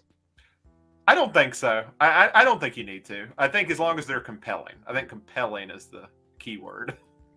I think it's... I think there's an argument to be made for both sides, because I agree with you on the compelling part, but I think certain people, if they're going to be unlikable, will be upset if they don't get a comeuppance at the end. Yeah, I can see that. I think it just depends on how like the film sets it up. So if it's, if it feels like, okay, they're going to get what they deserve at the end, and then it doesn't, yeah, that's a little cheap. That you're kind of just cheaping it out. But if I don't think if it sets itself up that way, like the example I'll use is There Will Be Blood. Like, I guess you can kind of argue he does, but at the end of the day, he gets most of what he wants. He's still a mogul, yeah. Yeah, and that movie's still awesome. Like, so I think it just depends on how they go about it. Yeah, it's interesting, and the only reason I bring it up again, obviously, because we started talking about Dashcam, which a lot of people made this argument with because of that. But I also read there was some big article or Twitter thread or something that was going around this week for somebody that said, here are like 10 steps to smart filmmaking, and the very first one says your main character must be likable. And I just stopped reading and went, no, like, this is not the case. There's so many other ways that you can make a story compelling with somebody being likable, being not the star. Yeah, and I just don't, it's always I understand why these articles exist, but it's like, there is not a formula to make film. Like, there are no rules to film. Exactly. And if there was, film would be boring as hell. And everybody would have figured out how to make a great movie by now. Like, exactly. It's a guess as good as anybody's. Speaking of Scary of 61st, Justin Robbins says it felt like Gen Z horror, which I would understand that. He says I like Censor, though. Joe Jack says, so Scary of 61st is for Gen Z. It might be more tailored towards them. I think it's got a bit of a meme culture with it, like the whole Epstein thing. As like, I think it's geared towards that. Yeah, completely agree there. Let's go to the next one. We got some classics coming from Kino from 1937. We are getting High, Wide, and Handsome. This is a preservation 4K scan of the OCN. Coming sometime in 2023, probably, with Kino announces. Who knows? That might be much later. This one is, let's see, directed by Ruben Mamoulian, starring Irene Dunn, Randolph Scott, Dorothy Lamour, Charles Bickford, and a couple other names that some people might recognize. The exciting one for a lot of people this last weekend from Kino, though, was from 1989, The Experts. This is a 4K scan of the 35 millimeter OCN, and this has some even bigger names. We got John Travolta, Kelly Preston, Ari Gross, Deborah Foreman, James Keach, and this one is directed by Dave Thomas, who did Strange Brew, and I don't think I've seen this one.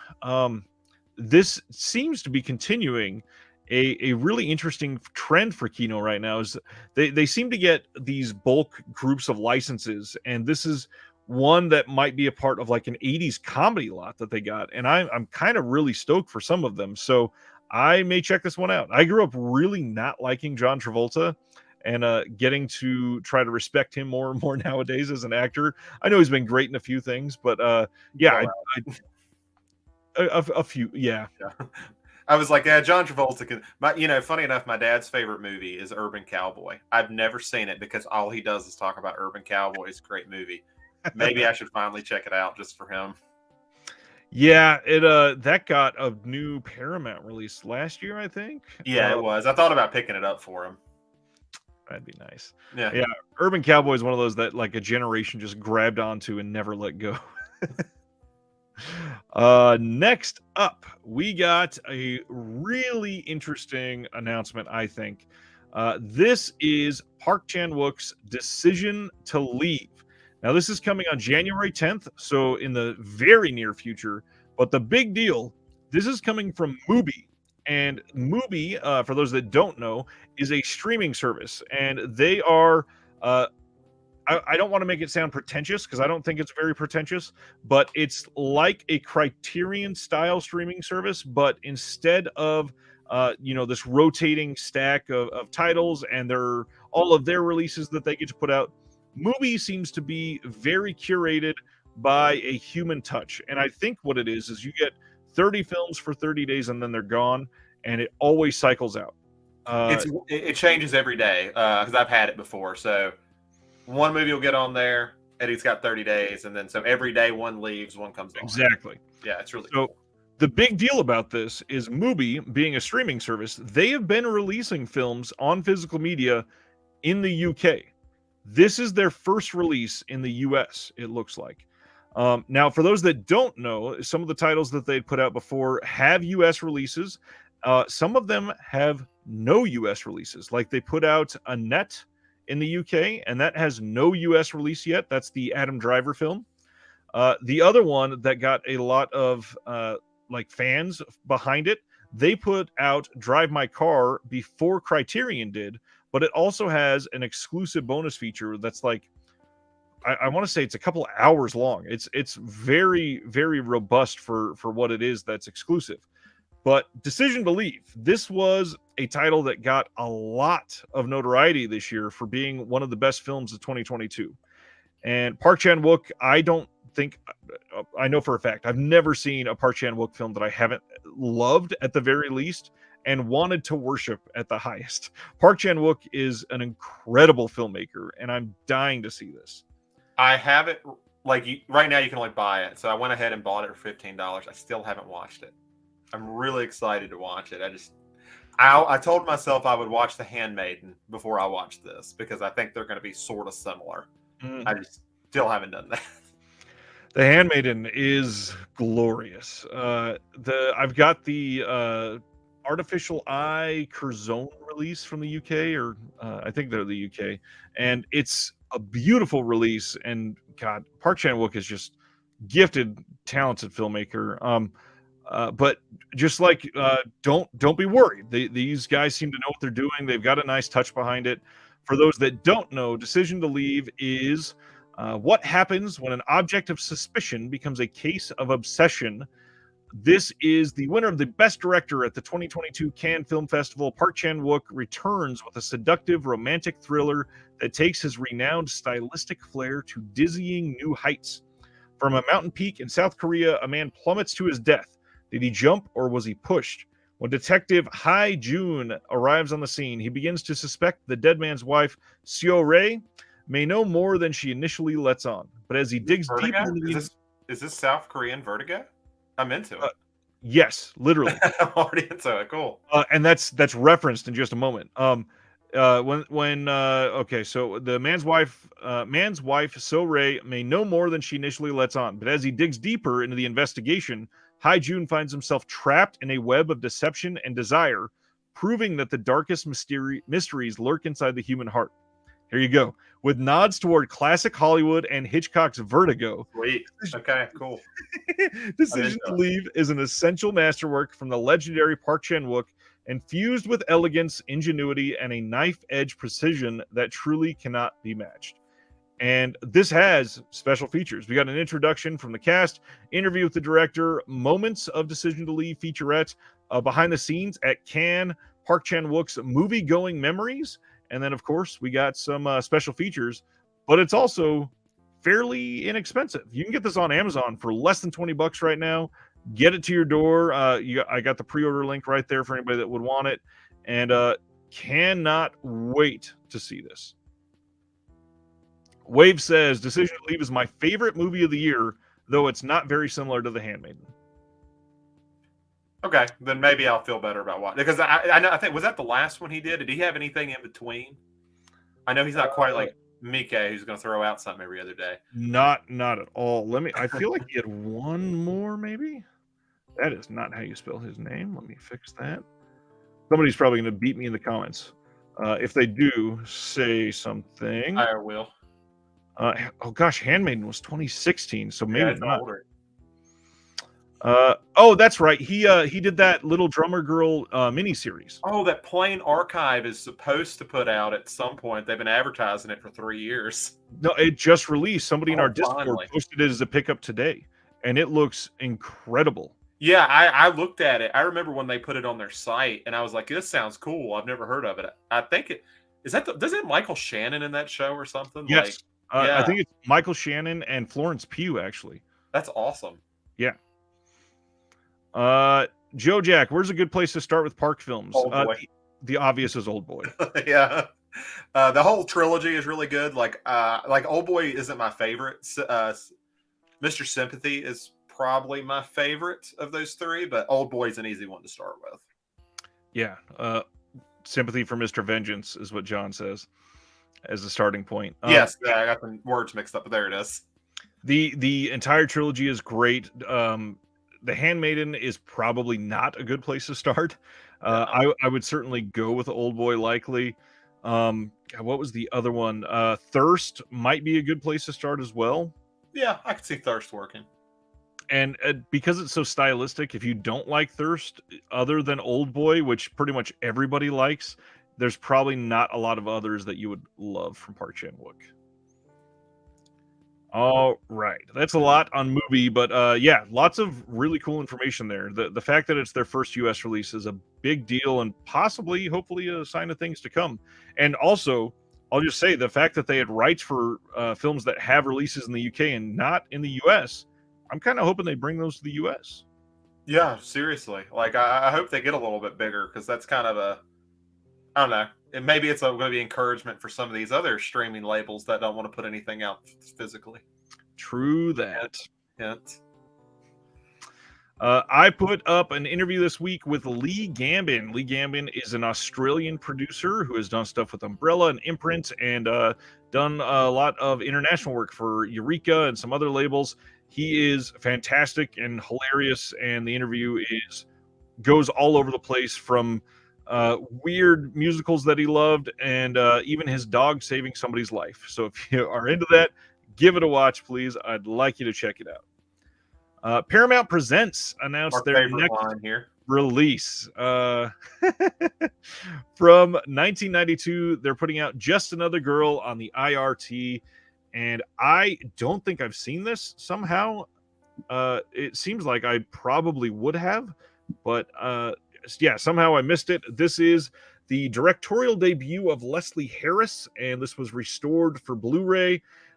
This is going to include a commentary by the director and then a little featurette with Leslie Harris speaking on the film as well. Supposedly a really great film. I'm very interested in seeing this.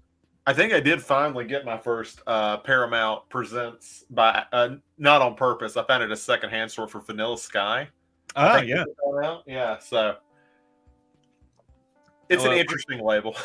That's what I was going to ask. What'd you think overall? Cool idea. Probably could have been done better in execution, and that probably goes for the movie too. In all honesty, not just the packaging. Oh man. Next up, Kino is putting out the this is coming on March 7th, by the way, Secret Admirer. This is coming from a 2K scan of the 35mm Inner Positive. This is the 1985 film starring C. Thomas Howell, Lori Loughlin, Kelly Preston again, and Fred Ward. This gets a new audio commentary by the director, David Greenwald, co-writer Jim Koof, and associate producer Lynn Koof, moderated by Daniel Kramer. This seems to be right in line with those 80s comedies I was talking about. An anonymous note sets off a romantic chainmail reaction with hilarious results in this letter-perfect comedy that really pushes the envelope. When high school heartthrob Michael receives an unsigned love letter, he assumes it's from knockout prom queen Deborah Ann.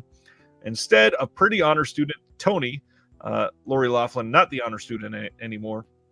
And when Michael accidentally misplaces the letter, the juicy jottings soon make their way into the hands of the whole neighborhood, touching off a scandalously sexy soap opera of mixed up motives, mistaken identities, and merrily misfired emotions.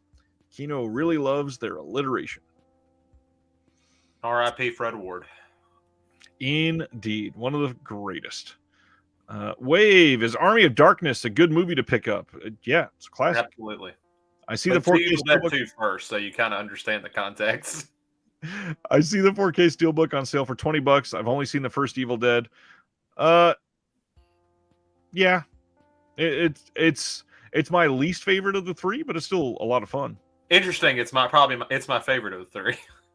It's very different. Like I could see anyone picking it either way. Yeah, and I've never loved fantasy, and that's the closest in the trilogy that lies in that.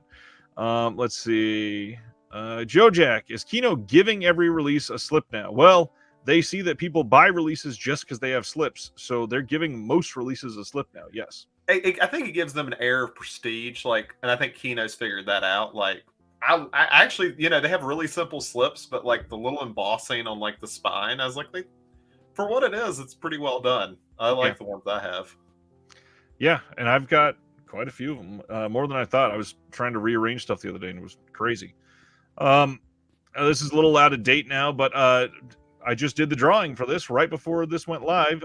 If you are interested in the Patreon, check the link below. We do a giveaway for all of the VIP supporters, and every month one person wins a whole boutique package. And try to make those. Sardis, right? Sardis just won. I hope he gets to see that or this. Let's see. Wave says, I love the original poster art on the Kino slips. Yeah, they do pretty good. Was it they had one where they actually changed it for one of the Dollars trilogies. I want to say it's Fistful of Dollars. It had a great slip. I think it's sold out now for their 4K release, or was it? Right. Yeah. That sounds right. I wonder why just that one. Yeah, because I don't think they changed the other two. I don't think so. Now's as good a time as any to remind everybody that the Shelf Shock Rewind Awards is open for voting, and we started putting out some graphics to highlight some releases, like this Vinegar Syndrome release of the Texas Chainsaw Massacre 2 got nominated for 6 awards on the ballot.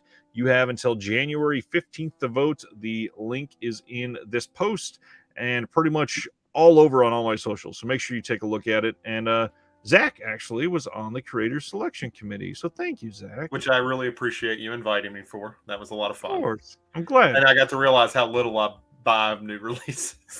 Everything else is from like a year or two ago. Right. There was when I first started looking at nominees, there was a couple times I put something down, and for some reason I didn't think of stuff from 2021. I would write something down and then look it up and be like, that was 2019 or something crazy. I'm like, why am I thinking of that? COVID's made everything just 1,000-year 1 year. Yes. I keep calling it March 912th of 2020. Let's see. February 21st. This is such an odd release. So Paramount is putting out a 4K Steelbook, a standard 4K release, and a Blu-ray release for Dragon Slayer from 1981. This is the first time the film has been on Blu-ray, I believe, which is why it's also getting the Blu-ray release. This has... I forgot I added stuff to this. That's why it's longer than I expected. A terrible dragon is terrorizing the medieval land of Erland in the 6th century. Representatives from the kingdom seek the assistance of the wizard Ulrich to defeat the dragon immediately. Erland has been delivering virgins to appease the dragon, and their princess has rigged the lottery system they use in order to sacrifice herself next. But when Ulrich is killed, the task to confront the dragon falls to the wizard's apprentice, Galen, played by Peter McNichol. This is the first time ever on 4K, remastered with Dolby Atmos and featuring hours of special features, including new commentary by director Matthew Robbins with Guillermo del Toro. Can I just note that Paramount might be the strangest major studio when they do catalog titles? 100%. Like I showed it in the Discord today, where they do the Walmart exclusive 4 format releases and DVD cases. I was just like, and I'm pretty sure both of those are Paramount releases. I think Hunt for Red October is Paramount. So I'm like, okay, sure. Sounds right. Yeah, like why not? Let me see. But cool title, cool steal. It's enough for me to blind buy it probably. After I get the reviews on the 4K disc that it doesn't need a replacement. Yeah, Hunt for Red October is Paramount, so they both have to be. Yeah. So this one, the thing that really excites me is that commentary. New commentary by the director, Matthew Robbins and Guillermo del Toro. There's also screen test and then a featurette called The Slayer of All Dragons. All three of these are available to pre-order now. This is really cool, but on the other hand, I have to throw a word of caution in there because it is Paramount. They seem to be like literally almost exactly 50-50. Half of their releases are, oh my God, this looks amazing. And the other half are, oh my God, why did you use a DVD master for this? And I didn't pick up Escape from LA because I'm still a little bitter that Scream couldn't put that out on 4K for whatever reason. Right. I heard mixed things about that. I didn't actually pick it up, though, to check for myself. It looks okay. Escape from LA obviously got plagued with a lot of production issues with how it was going to look anyways. Really, really shitty CGI that everybody still makes fun of. It looks not great in those scenes especially. But it's a decent upgrade from the Blu-ray. It's nothing that's essential. I'm also worried that because of Scream's very tight relationship with John Carpenter that in a year and a half, they'll put out Escape from LA on 4K with pins and a whole bunch of other stuff, and it won't be a different disc at all. And probably it could stand to do a little bit better. Yeah, it's why I haven't been in a rush. I was like, if I have to rebuy the steel, or if they get to put out a steelbook for it, cool, I'll buy it then. And the original release of it had a replacement program, so it just goes to show that stuff like that still is happening, even for studios. Yeah.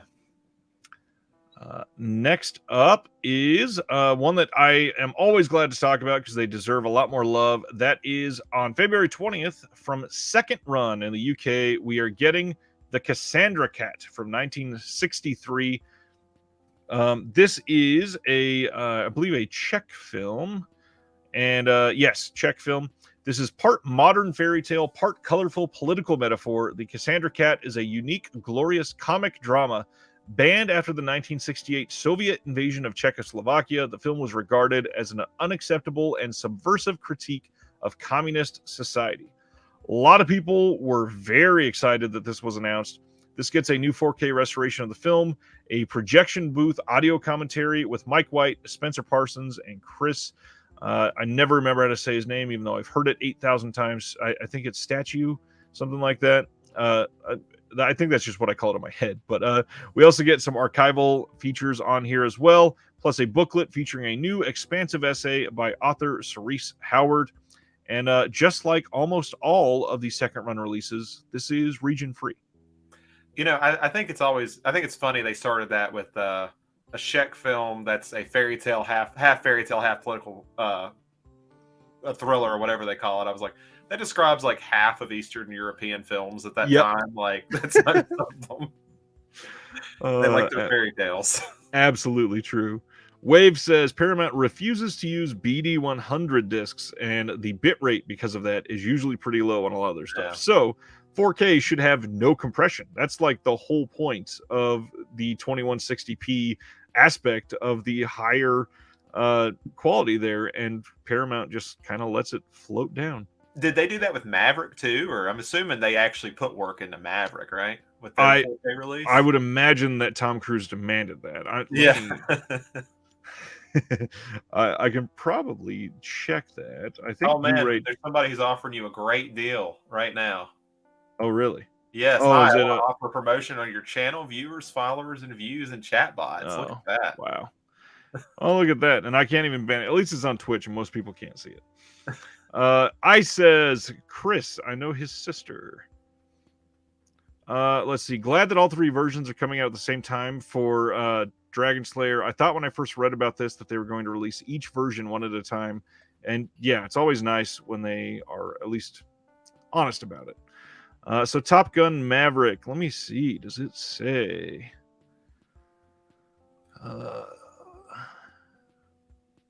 No, I really thought it did say on this page. Unless I'm missing it. Oh, there it is. Single disc BD 100. Yeah, I was like, that I've heard that had a great disc. I haven't seen the movie yet. It's passed me by, but considering they did a good job on it. Considering Tom Cruise used his power to release that on Monday, apart from every other release that week, of course they give it extra attention. Random ass announcement. Ronin Flicks says coming in 2023, they are putting out Spiral from 2008, and then clicking over to the other cover, The Lost from 2006. Spiral is Joel David Moore, Zachary Levi, and Amber Tamblyn, and the almost unbearably tense psychological thriller about a shy telemarketer whose dark past threatens to destroy him. That one is directed by Adam Green and Joel David Moore, and Adam Green's been talking about that one getting a new release, so this must be the one that they were talking about. I'm looking forward to that. I've never heard of it, but I'm interested. It sounds pretty cool. Are you into Adam Green already? Hit or miss, but I respect Green. I really loved Frozen for some reason. Yeah, I think that was fun. I think it's a cool little single setting survival movie. I've very, very much like evangelized that film. I've taken it to a bunch of groups of friends and gotten them to see, like, this is a very simple film, but it's pretty damn tense. So I'm curious to see if this holds a candle to it at all, because it's around that same time. So yeah, I'll definitely check this one out. And I need to watch Hatchet 3 and 4. I've only seen 1 and 2. 4, this is going to sound like a space of privilege, but he did his roadshow tour with Victor Crowley when it came out, and I got to see it with him in the theater, and that was just such a fun night. Part 4 has a lot of callbacks to the previous 3 films, a lot of in-jokes, a lot of if you're into the whole Adam Green family of normal people, it is perfect for those types. And I really like that he's like kind of like the Kevin Smith of horror, where all of his projects are all the same people. They all just hang out and have a good time and make something that's usually pretty decent. Yeah, I mean, he's one of those ones. I guess weirdly he reminds me of Eli Roth. I don't know why, but I've gotten them mixed up on several occasions for some reason. Like when I think about their movies. Yep. But I don't know. He's never one that pisses me off as much as Eli Roth does sometimes. I don't know how, but I've not finished Holliston. Have you watched Holliston before? Mm-hmm. So it's a horror TV show that they did 2 seasons of, and it's supposed to be pretty good. Except there's a lot of jokes. It's very like horror comedy supposedly, but like Dave Brockie from Gwar was in it with them, and all of their normal friends came and did a whole bunch of other stuff. So it's supposed to be great. Let's see. Ice Cube is 4 with Brian from Impractical Jokers. Yes. And it starts with the comedian. What is his name? Jonah Ray. Jonah Ray in a boat, and one of them gets killed. I don't remember which one.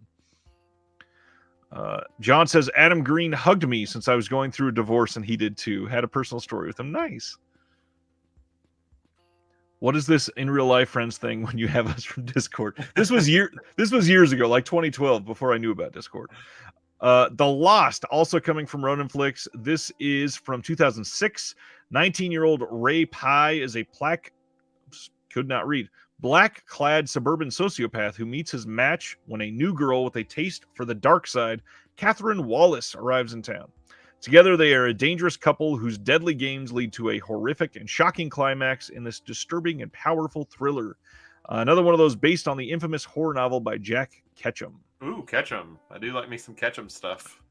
That's as soon as that name is mentioned, 5 people perk their ears immediately.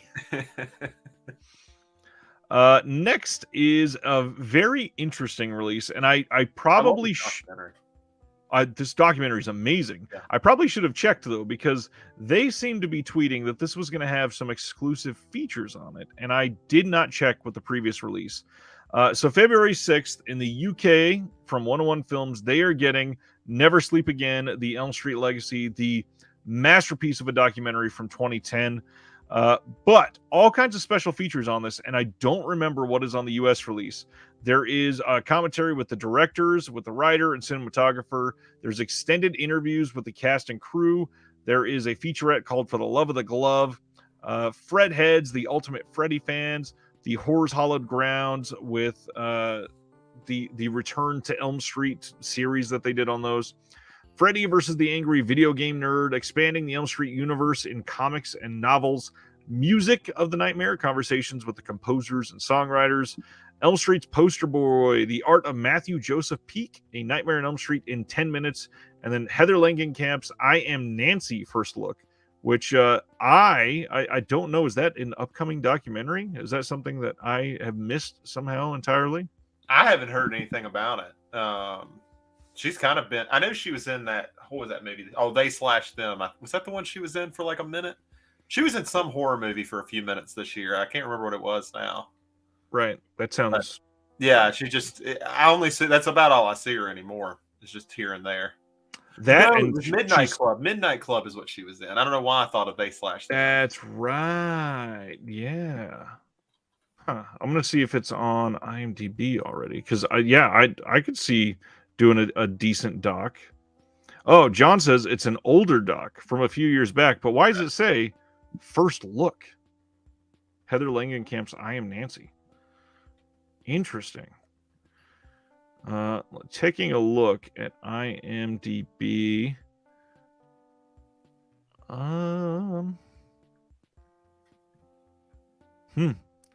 Not seeing it in the last 5 years or so. And it's not coming up. So, wow, yeah, I'm just plain not seeing it. Interesting. You'll have to get that set just to see what that first look is. And yeah, so weird that it says first look. Chester says, was that part of the Friday the 13th box set? They had the Crystal Lake memoir. Yeah, the Crystal Lake Memories. Yeah. Next up, this is another 80s comedy coming out. This is March 7th from Kino, Making Mr. Right. From 87, this has a new HD master from a 2K scan of the 35 inner positive. New audio commentary by Susan Seidelman and the star Ann Magnuson. New interview with Ann Magnuson and a new interview with the producer and director Susan Seidelman. Pretty cool that they got a bunch of extra stuff on this. This is a John Malkovich film, which I pretty much always like John Malkovich. He's pretty great.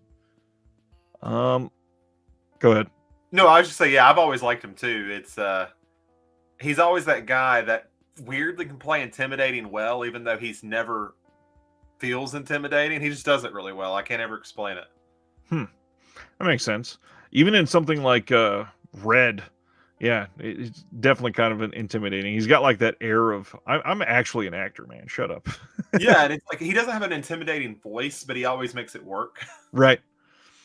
Skolder gave a good answer. It might that doc for Heather Langenkamp. It might have been First Look for the UK. Maybe they haven't got a release yet. Wave wants to know: is everyone jumping on the U.S. release of Texas Chainsaw or waiting for more info from Second Sight? Second Sight, 100%. Can't decide what to do right now. To me, like if you enjoy anything from Second Sight and you're region free, just in case the extras are not region A friendly, I would 100% wait for Second Sight, because I can guarantee they have all of the exact same features that are on the US release and probably more. That documentary specifically that is brand new on the US release, it was made by Second Sight. The producer, Philip Escott, is the one that made it. And of course it's going to be on their disc. So everything that's going to be on this disc should be on theirs. It will also have a book, undoubtedly. It will also have more bonus features, and it's probably going to be great. I completely agree with you. I will give at least a little credit to Dark Skies, just because I'm sure there are people in here that are just Region A. They have taken care of Texas Chainsaw for over a decade now, so I'm sure they'll do fine. I'm sure it'll be a great release either way. It's true. Joe Jack asks, is there ever a sale on Second Sight that's worth it for Americans, or should I just do a site like Diabolic? I gotta be honest, I don't remember there ever being a sale on the Second Sight. Anything that's worth it is usually sold out. So right. It's gone. So with that in mind, Diabolic or Orbit or Grindhouse. If you are pre-ordering something, Grindhouse Video seems to be the way to go recently. They are discounting things to incentivize pre-ordering. For example, right now they have on pre-order the 88 films box set of the In the Line of Duty films, and you can pre-order that right now for $62.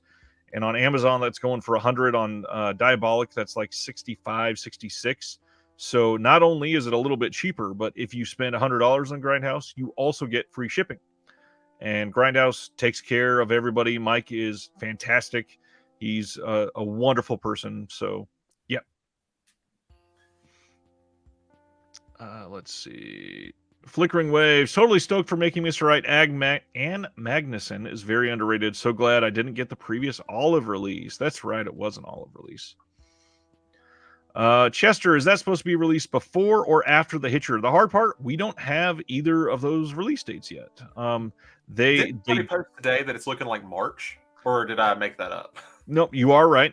They said it will be the Texas Chainsaw Massacre release will be in March, and we will hear more about that in January. Yeah, and because it's in March, we'll probably hear about it that first or second week of January.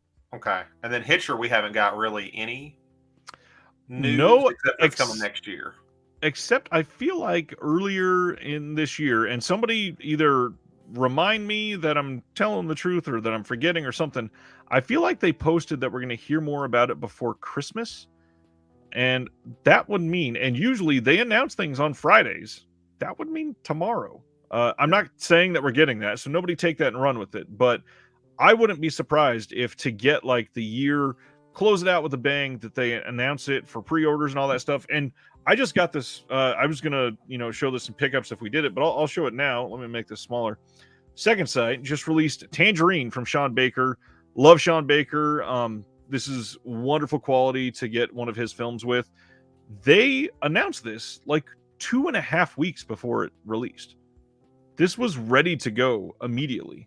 So this is something that they absolutely could do with The Hitcher. It could be announced tomorrow and in your hands very quickly. So we'll see. And I think 2023 is just like they have that, TCM and Martin all coming out in 1 year. I was like, they've already got a big slate picked out just for those three. So I'll be curious what else they're going to have. Well, and don't forget, they teased Picnic at Hanging Rock as well. That's right, they did. Yeah, and that's a good that makes sense for them. Yeah, and I would honestly, it probably deserves a really good 4K. That movie would look great in 4K. Not saying that there's going to be 4K necessarily, but we'll see. It'd be nice. Yeah. Ragnar says, and it'll be $59.99. It could be, depending on what they got the rights to and what they're releasing with it. But Texas Chainsaw, I don't think is going to be one of the ones that's going to be $60 like The Guest, because they're probably not getting any music to put on a disc for Texas Chainsaw Massacre. The only thing that is that it's 4K, so it'll probably be like 45 or 50 at most. I don't see it being $60. I got to be honest. Nicodemus asks, good evening. Have you or anyone in the chat heard any rumors of new Seijun Suzuki titles coming out as his 100th birthday? Jeez, in 2023. I've not heard anything yet. Unfortunately. He's got a lot of good releases out there, though. Next from Kino Lorber on March 7th from 1935, we are getting The Crusades. This is a 2K scan of a 35mm fine grain element with a new audio commentary by Daniel Kramer and Alan Arkush. And this has Loretta Young. That's about all I know about this one. This is not an area that I'm well versed in. And as far as I know, Zach doesn't have a lot of these under his belt either. No. If it doesn't have a lot of blood and guts and everything else, it's hard for me to know it. The Crusades, one of the most famous not bloody times in human history. Yeah. I know what 1935 means. I know the Hays Code. They're not gonna trick me. That was just a wonderful back and forth there. Let's see. Chester says, I thought they said they'd have the restoration done by late spring for The Hitcher, but no release date announced. That could be. Might have been it might have been Martin that they said we'd hear more by Christmas, which we obviously did. Yeah. So I could have that backwards. Let's see. February 21st on 4K from Paramount, we are getting Station 11 from 2021. This will also be out on Blu-ray. I think this was a mini series. Yeah, this 3-disc Blu-ray collection comes with all 10 episodes of the highly acclaimed series, plus exclusive deleted scenes. I knew nothing about this. I definitely never saw it. Stars Mackenzie Davis, Himesh Patel, Lori Petty. There's some people that made some cameos in it, but yeah, I don't know much about this drama. Did you happen to watch this? No, I'm just sitting here noting that has to be the worst cover I've ever seen from a major studio. Yeah, it's not great.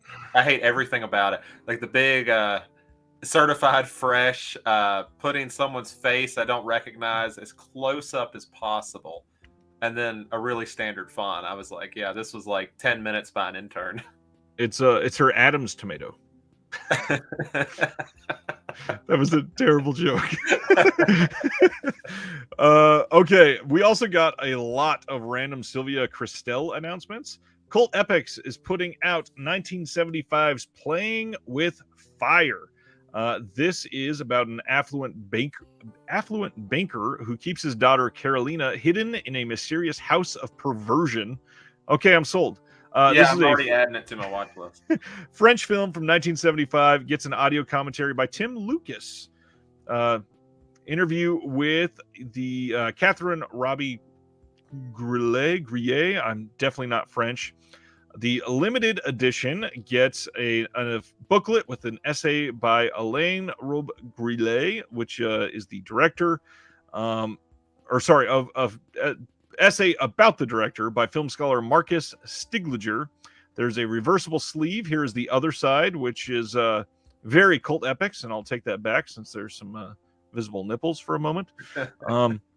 Uncensored original poster art is on that other side. And then if you order from the Cult Epic site, there is a U.S. poster postcard limited to the first 100 copies. I was sitting here looking. I was like, this is because it doesn't have many reviews on Letterboxd. And I was like, usually if that's the case, the whole movie's on YouTube. But it does not seem to be the case this time.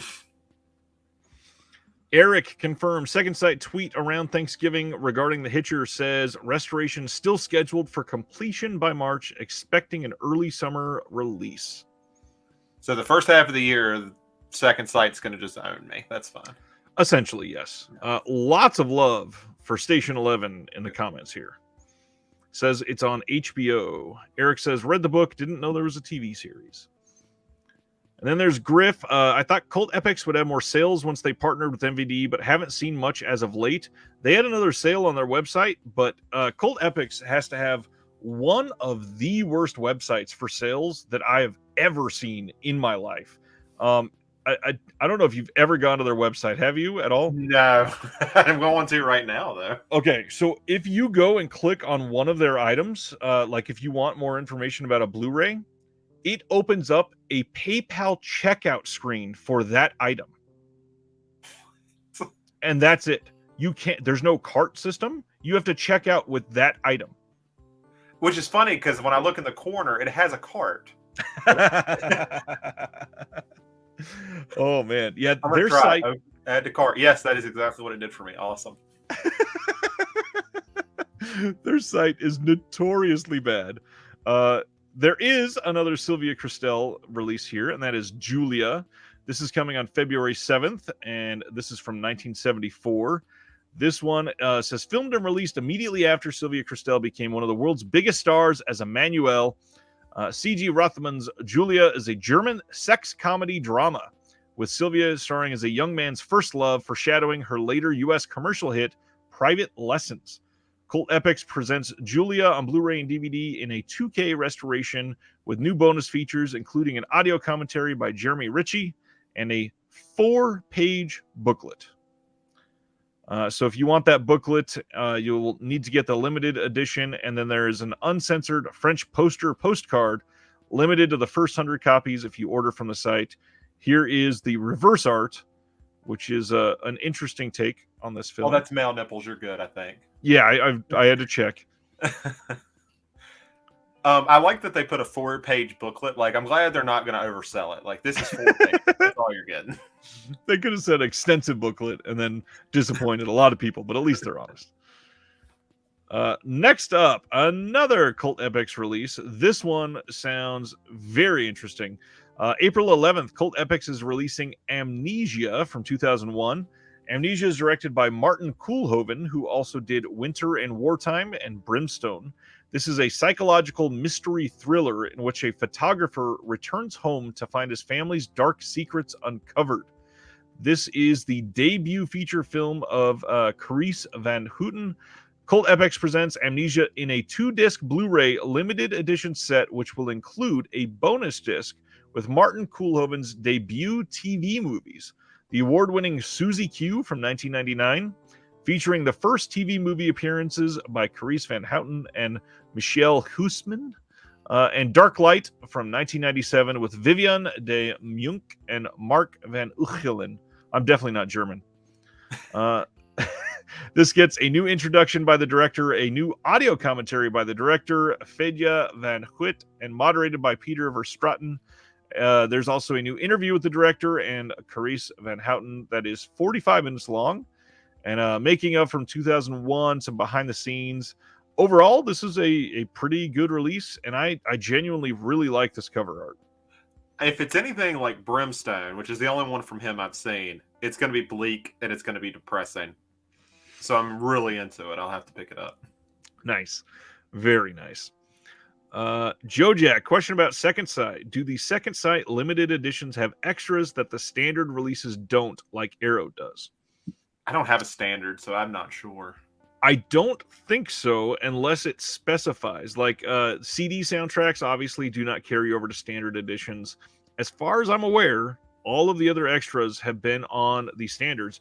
But the best thing, Second Sight lately, at least for like the last 6 or 8 months, they have been announcing the standard and the limited edition at the same time. So you know you're losing the book, or if you get Drive, the books. I still can't believe that release got multiple books. So you're losing the books. You're losing if there's any CD soundtrack. I think all of the disc actual content will be the same. Next up, Unearthed Films. April 11th is releasing Calamity of Snakes from 1982. I know our friend John Peters is very excited about this one. They've been teasing this one for quite some time, and we finally got some. We finally got a release date. That is the big thing. I was waiting for them to release that because this kind of got semi-leaked about a week ago, week and a half ago, with what they were going to have on the disc. And those that don't know, this is an Asian film from '82 that says, after a businessman kills thousands of snakes in a pit while they are building a new apartment building, the people living there soon become attacked by millions of snakes with a vengeance. And for those that may not love the animal cruelty, supposedly this is very high on animal cruelty, like one of the worst. Credit to them, though. This has to be the best cover Unearthed Films has ever put out that I can remember. It is. That is the coolest art. It is likely the original poster art. I would have to check on that. It might not be, but I'm curious. Because I have Purgatory Road and Serbian Film, because why not have that in my collection? And they're both kind of meh. I get that. Unearthed is interesting. They've put out a handful of at least good films to a couple that are really great, but a lot of their films are just not up to par. Obviously, a lot of it is just shock stuff, but this is one that seems to have at least a reputation of very interesting greatness. I believe this is a Cat 3. This is going to get an audio commentary from Nathan Hamilton and Brad Slayton. There is possibly the coolest part of this entire release, a full-length documentary From Shaw to Snakes, the venom and violence of early Chinese language horror cinema. That sounds incredible. Yeah, that sounds really cool. And then Reptilian Recollections, Lin Kuang Young in conversation with Chui Yi Chung. And then also, if you're not into the animal cruelty stuff, there is going to be an alternate cut on here without the animal cruelty, which I'm glad labels are embracing that. Grindhouse releasing, Error 4444 has done that, and now Unearthed. That is a good thing. Yeah, and I mean, I'm not one who's ever really bothered by it. I kind of look at it as just it's historical. It was part of the time. Yeah. It sucks, but it's what it was. But either way, it's better to have both than to just alienate a whole audience who won't watch it. Yeah, and as long as they don't censor it for their agenda to release it and say, hey, here is the cut that we chose. As long as you get both versions, I'm more than happy with that. Yeah, just from a preservation standpoint. As much as it sucks, I'd hate Apocalypse Now to get rid of the water buffalo. I mean, exactly. Then Hunt from 2022 is coming on February 28th from Magnolia and Magnet. This is one that I believe is getting some work done by Wellgo, and the audio is supposed to be great on this. This actually looks pretty damn good. It's got the guy that won the Emmy for Squid Game in it, and says, after President Park's murder in 1980, North Korea sensed an opportunity for future invasion and sends one of its spies. Park Pyung-ho and Kim Jong-do, two senior security officers, are tasked with hunting down the infiltrator.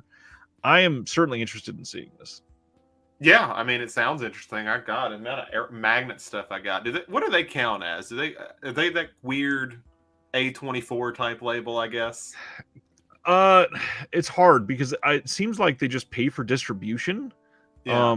They are oh wow. Ice says this was also directed by Squid Game guy Lee Jung-jae. Oh yeah, I see his name up top now. Yeah.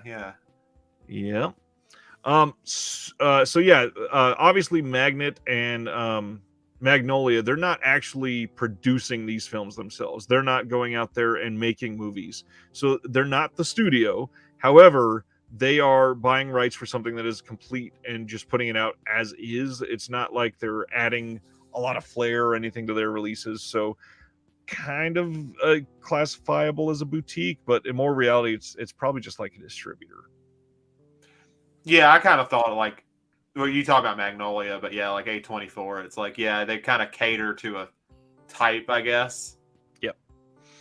The hard part with A24 is they do produce a lot of their films. So it gets to be a little gray area where they are just doing distribution for some and boutiquing the physical releases, but then also they're doing the same thing for the ones that they produce. So it's tough. Last one for the week. This is for the modern film from 2022, Armageddon Time. This is coming out very soon, January 3rd from Universal. And this is the movie that has Anthony Hopkins, Anne Hathaway, Jeremy Strong. This is directed by James Gray, and this is supposed to be pretty decent. And getting a nice release. It's got some deleted scenes. There's a couple featurettes, and it's got subtitles available to pre-order now. I've not seen this one, though. It's not one that particularly interests me as much as I watched his last film, Ad Astra, which I like that one. I enjoyed that one. But that was basically Heart of Darkness and space. So right, that's cool. Yeah, there's some of these modern filmmakers. I don't know. They've got a style. They've got a tone that you can really pluck out as singular for them. But it's tough when it doesn't always work. Yeah. And that's it. A lot of stuff got announced this week. We also had a bunch of premiums get announced. So if you're not following, make sure you go over to the Premiums Disconnected channel on Instagram. Follow that. We will go over premiums every second Thursday on Reconnected. And real quick, run through what is coming out next week in case you forgot. And when I say real quick, oh man, do I mean real quick, because there is hardly anything. Mardi Gras Massacre from Severin is finally showing a retail release of this Tuesday. I think that's accurate, but they haven't come out and said that. It was available again at the Black Friday sale, so it would not surprise me if they were allowed to release that for sure. Halloween Ends on 4K and Blu-ray and probably DVD that everybody is dying to see again on home video. You can get that starting next Tuesday. Don't worry, I bought 2 copies for everyone. 2 different steelbooks? Yes, I did. Savi, thank you. Yep, that makes sense. Nobody's Fool from Paul Newman, or Nobody's Fool with Paul Newman, is coming on 4K from Kino next week, and that's actually a fairly decent film. Paul Newman, does really well in that. All of the Vinegar Syndrome partner labels that were released this month, they're showing a release of this coming Tuesday, but you can get those from Vinegar Syndrome now. The other major new release, Terrifier 2, coming this next Tuesday. 4K release coming exclusively to Best Buy. Steelbook release coming exclusively to Walmart. And the regular Blu-ray release is coming everywhere else. Although Amazon's is showing a collector's edition, and they haven't been fully transparent about the difference in the features yet. So I'm very curious if we're actually going to find a difference, because they sure are touting that collector's edition side of Terrifier 2. Twilight coming from Kino Lorber this next Tuesday as well. Some coming from their female Yakuza tale coming from Discotheque. Digimon coming from Discotheque. And I think, if I remember right, other than Lupin the Third from Discotheque as well, I believe, that's pretty much it. Next Tuesday, obviously December is usually pretty slow. But, that's right. I wanted to shout out The Lair. I've not seen this yet, but it's directed by Neil Marshall, the guy that did The Descent and Dog Soldiers. Have you gotten to see The Lair yet? I have not seen The Lair yet, but I like him. I like him quite a bit. That cover worries me. I think it probably is meant to look more interesting than the film probably is, and it's probably far from a perfect film. I just want him to be successful again. You know, he directed 2 episodes of one of my favorite shows that also nobody watches, which was Black Sails. He did 2 early episodes of that show, and they're both really well done action stuff. But he's kind of had a hard time. Like, you'd think after The Descent he would have just like boosted. It just never happened. I think I've got the Black Sails. Yeah, I've got the Black Sails Steelbook that Zavi put out. I did too, yeah. Have you watched it? I watched an episode. I've just not gotten around to finish it. It's a lot. The first season is by far the weakest, but it really goes great after that. I try to sell that show to anyone I can. Interesting. Well, it piqued my interest enough to purchase. So, I'm interested in that one. 100 Steps coming from Raro Video next Tuesday. And like I said, that is it. So now, the fun part of the conversation. So, like I said, for everybody, we set out to do 10 holiday horrors, whether these... I don't know. Did you rank these as like the 10 best in your opinion? Not necessarily, because I really didn't want to get bogged down with the same like 2 or 3 holidays. So I tried to like spread it out a bit for one, and then I don't necessarily have them in order because probably the first one I'm going to mention is my number one, just because I just want to get out of the way because it'd be kind of anticlimactic to end on. So I get they're not that. in any order. All right. So I again didn't have any real criteria for this. I just love, for some reason, it's probably cheesy, but horror movies that are tied into a holiday or can loosely tie into a holiday, it makes it fun. It makes it something that you can like go to every single year on that date or holiday, and just make a fun tradition out of it. And I like a lot of them. I tend to go back to some more than others, and some I think are genuinely some of the greatest horror films of all time. Yeah. No doubt. I've got a handful on here that I would say are easily top 50 horror of all time. So we're going to see a lot of ranges of different types of films, but by all means, in the comments, hit us with some of your favorites. There's going to be some diversity here. Hit us with those off the wall ones, and then after we're through with our 10, I'm going to go through some that I think were very loosely connected that I had to write down that I thought would be funny as hell just to tie into something. So we'll go through some of those later. So why don't you share your first that you wanted to get out of the way? It's John Carpenter's Halloween. I mean, I didn't want to end with that one. I consider it the greatest film ever made. He perfected the holiday horror, so I had to go with that one. That makes sense. And on that note, I will get mine out of the way then and say that for this series, Halloween 3 to me is the most, one of the two most Halloween films in existence. Even though it doesn't have the jack-o'-lantern at the beginning like a lot of the other ones, even though it doesn't have, it doesn't necessarily take place on Halloween, it feels like Halloween. And oh my God, the movie's just damn near perfect. I know it wasn't loved at the time, but I think almost too many people have come back to that film now and memed it to death a little bit, but it genuinely is a really great film for the holiday of Halloween. Obviously has nothing to do with the actual franchise of Halloween, but it's so good. And I think, in all honesty, my girlfriend's watched a lot of random Halloween movies with me, and that might be her favorite, just because it's fun and ridiculous in like the best way. Like we were talking about likable characters, and I mean Tom Atkins is not the most likable person in that movie, but he's great to watch. Let's see. Justin Robbins wants to throw out there, this year's been great for holiday genre with Violent Night, The Leech, and Christmas Bloody Christmas. I still need to see Violent Night and Christmas Bloody Christmas. I'm eager to see both of them. The Leech was really good. I like The Leech. Graham Skipper killed it in that role. Yeah.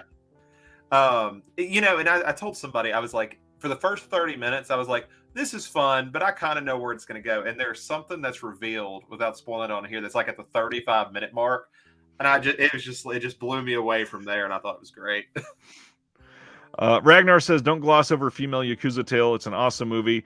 I didn't mean to. I could not remember the word discotheque, so I was struggling to think of that. What is the second one you want to highlight? You know what? I know probably a common one that would be expected to get on here is Bob Clark's Black Christmas. And I do love that movie. I will be watching it in 3 days. But I would rather highlight the 2006 remake Black Christmas, which does, in my opinion, what every remake should do. Take the idea and do something else with it. Like, if you look at like Bob Clark's as this classy, methodical slasher, proto-slasher in a lot of ways, Black Christmas is a mean-spirited, stylish, over-the-top, violent slasher, and I love it to death. I watch it about every year. It's just a ton of fun. I think it got overhated because of a lot of the bad trailers that were around it, where they filmed stuff just to put in the trailers, which was not up to the director. And I think that hurt the film a ton, because it obviously has a lot of love for the original, but it doesn't want to copy the original. So this is going to be hilarious, and this is genuine. I wrote down Black Christmas 1974 with an asterisk next to it on my list here. And the reason being, because I wanted to highlight it, saying that it is probably the best holiday horror film ever. First of all, it's like the highest quality, most likely. However, just through our community, knowing you, I knew that Black Christmas 2006 was going to be on your list, so I didn't want to highlight it as my list, so I have it listed as number 11. But Black Christmas 2006 is incredible. I, again, overhated by everybody for no reason. The uncut version of this has never gotten a Blu-ray in the US. However, German media books were released earlier this year, so you could get the uncut version on Blu-ray, and I believe they're region free, but also they released a standard edition of the uncut Blu-ray from Germany, and Orbit is getting that in. I believe they just had a version of that in this week, so you can get the just regular Scanovo case with it, and it is very worth it. The uncut scenes on this are something that makes it a better film, in my opinion. Yeah, like it's sleazy, it's mean spirited, it's very much in its 2000s horror. Yep. But unlike 2000s horror, it was actually nice to look at. Like, it's a really pretty movie. Like the way the colors used and everything. I don't know. It gets me into the spirit. I usually watch it sometime at the beginning of December, and it usually gets me in the mood. After the German media books came out, I actually genuinely thought that Scream Factory was going to release this for November or December, and when they didn't, I was very surprised. I mean, it would be the first thing I like if I did it immediately. I would pre-order that. Like, full stop. They need to release it. Weinstein doesn't own it anymore. We can release it now, guys. So the second one that I want to throw out there is the only other Halloween one that I really wanted to highlight, and that's because Halloween is the easiest one to do a horror movie for, obviously, and that's Trick or Treat. I think that it is either that or Halloween 3 are the best Halloween horror films ever. Trick or Treat embraces so much of Halloween in every aspect, and it takes the anthology film and connects it in so many diverse ways throughout that Doherty just is successful on every level in that film. It is fun. It is mean, especially the bus segment, genuinely creepy. It is very funny. Some of the comedy in that movie is incredible, and one of the most iconic 2000s movies, period. I mean, Sam is everywhere now. So, yeah, I love this movie. Yeah, and it's so surprising that it took so long for the movie to come out. I think it was shelved for like 2 or 3 years, and they didn't think it would be anything. And then when it came out, they didn't give it the release it deserved, and it took some time. But I mean, it whenever I go into Spirit Halloween, it's full of Sam, just as much as anybody else. Absolutely. And the ironic part of all this is it got so popular that they greenlit a sequel, and then Doherty got too popular, and now it's probably never going to happen. Yeah. At least he gave us King of the Monsters, even though I'm probably like the only person who seems to like that movie. I'm very curious to see what the next one's going to be. Okay, so I'm going to go for one of the ones that is kind of debatable if it's a holiday movie, but it was on the Wikipedia page, so I'm counting it, which is The Return of the Living Dead from 1985, which is apparently a July 4th movie. You very much took my number 4 on my list. So, okay. So we'll just talk about it now. Good. Yeah. So this film very famously opens with right after the title card says that it is occurring on July 3rd, and they're out there. So the entire movie basically takes place on July 4th. This little intro part takes part the night of July 3rd. So yeah, everything happens on Independence Day. Amazing movie. Some of the best zombie action, some of the best makeup. Tarman is incredible in this movie. Yeah, and it's one of those movies too, and I can never explain it. I always think it's in the early 90s. I don't know why, but it feels so much like an early 90s movie. And then it'll be like 1985, and I was like, it just doesn't have that 80s feel, right, which is not bad at all. I think it's because the ending is without spoiling, even though it's like 40 years old at this point. It's kind of mean-spirited, which is very un-80s. Yep. And then it got 4 sequels. Yeah, which I've seen 0 of. I think I got everything I wanted out of the first one. But no, I don't think I've ever paid attention to the date at the beginning. So when that popped up, I was like, sure, I love this movie. It's in my top 25, so sure. I will put in a different one at number 4 then. That's good. The next one I'm going to highlight is not particularly debatable, but it is, however, vastly underwatched. And I'm going to go with 2008's Pontypool. Have you seen Pontypool? Yes, I almost put it on there. Pontypool is great. So Pontypool is a loosely attached Valentine's Day film, and this is a zombie film that takes place all in a radio station. And since most people have not seen it, I'm not going to spoil this one, but it is overall a very unique story, a very tense story, and something that harkens back to like the stories that we've heard of. The reading of War of the Worlds and people thinking that something real was going down, and the the broadcast aspect of radio, since in all reality we are probably losing most of that in the next 10 years. Radio stations will likely not be the same way as we see them today and have for most of our lives. It'll probably be replaced by something that's pre-recorded and only chipped in with local news and those type of segments. But I love this movie. There is no Blu-ray release in the US or maybe even anywhere.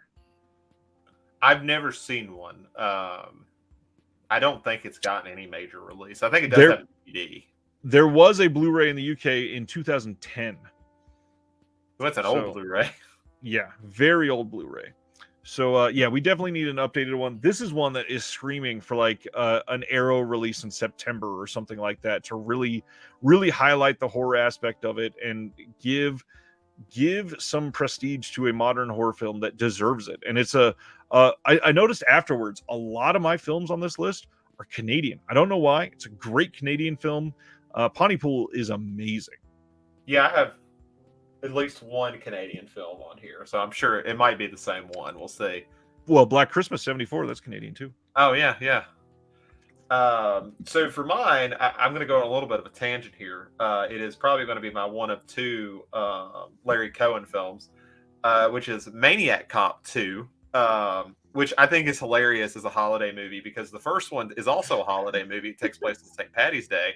But somehow the sequel, which takes place right after the first one, is a Christmas movie. It makes no sense, after. And I'm completely okay with it. I've always said Maniac Cop 2 is the best one. That stun at the end pushes it over the edge for me. Yep. But yeah, we can count it as a Christmas movie. I'll go with it.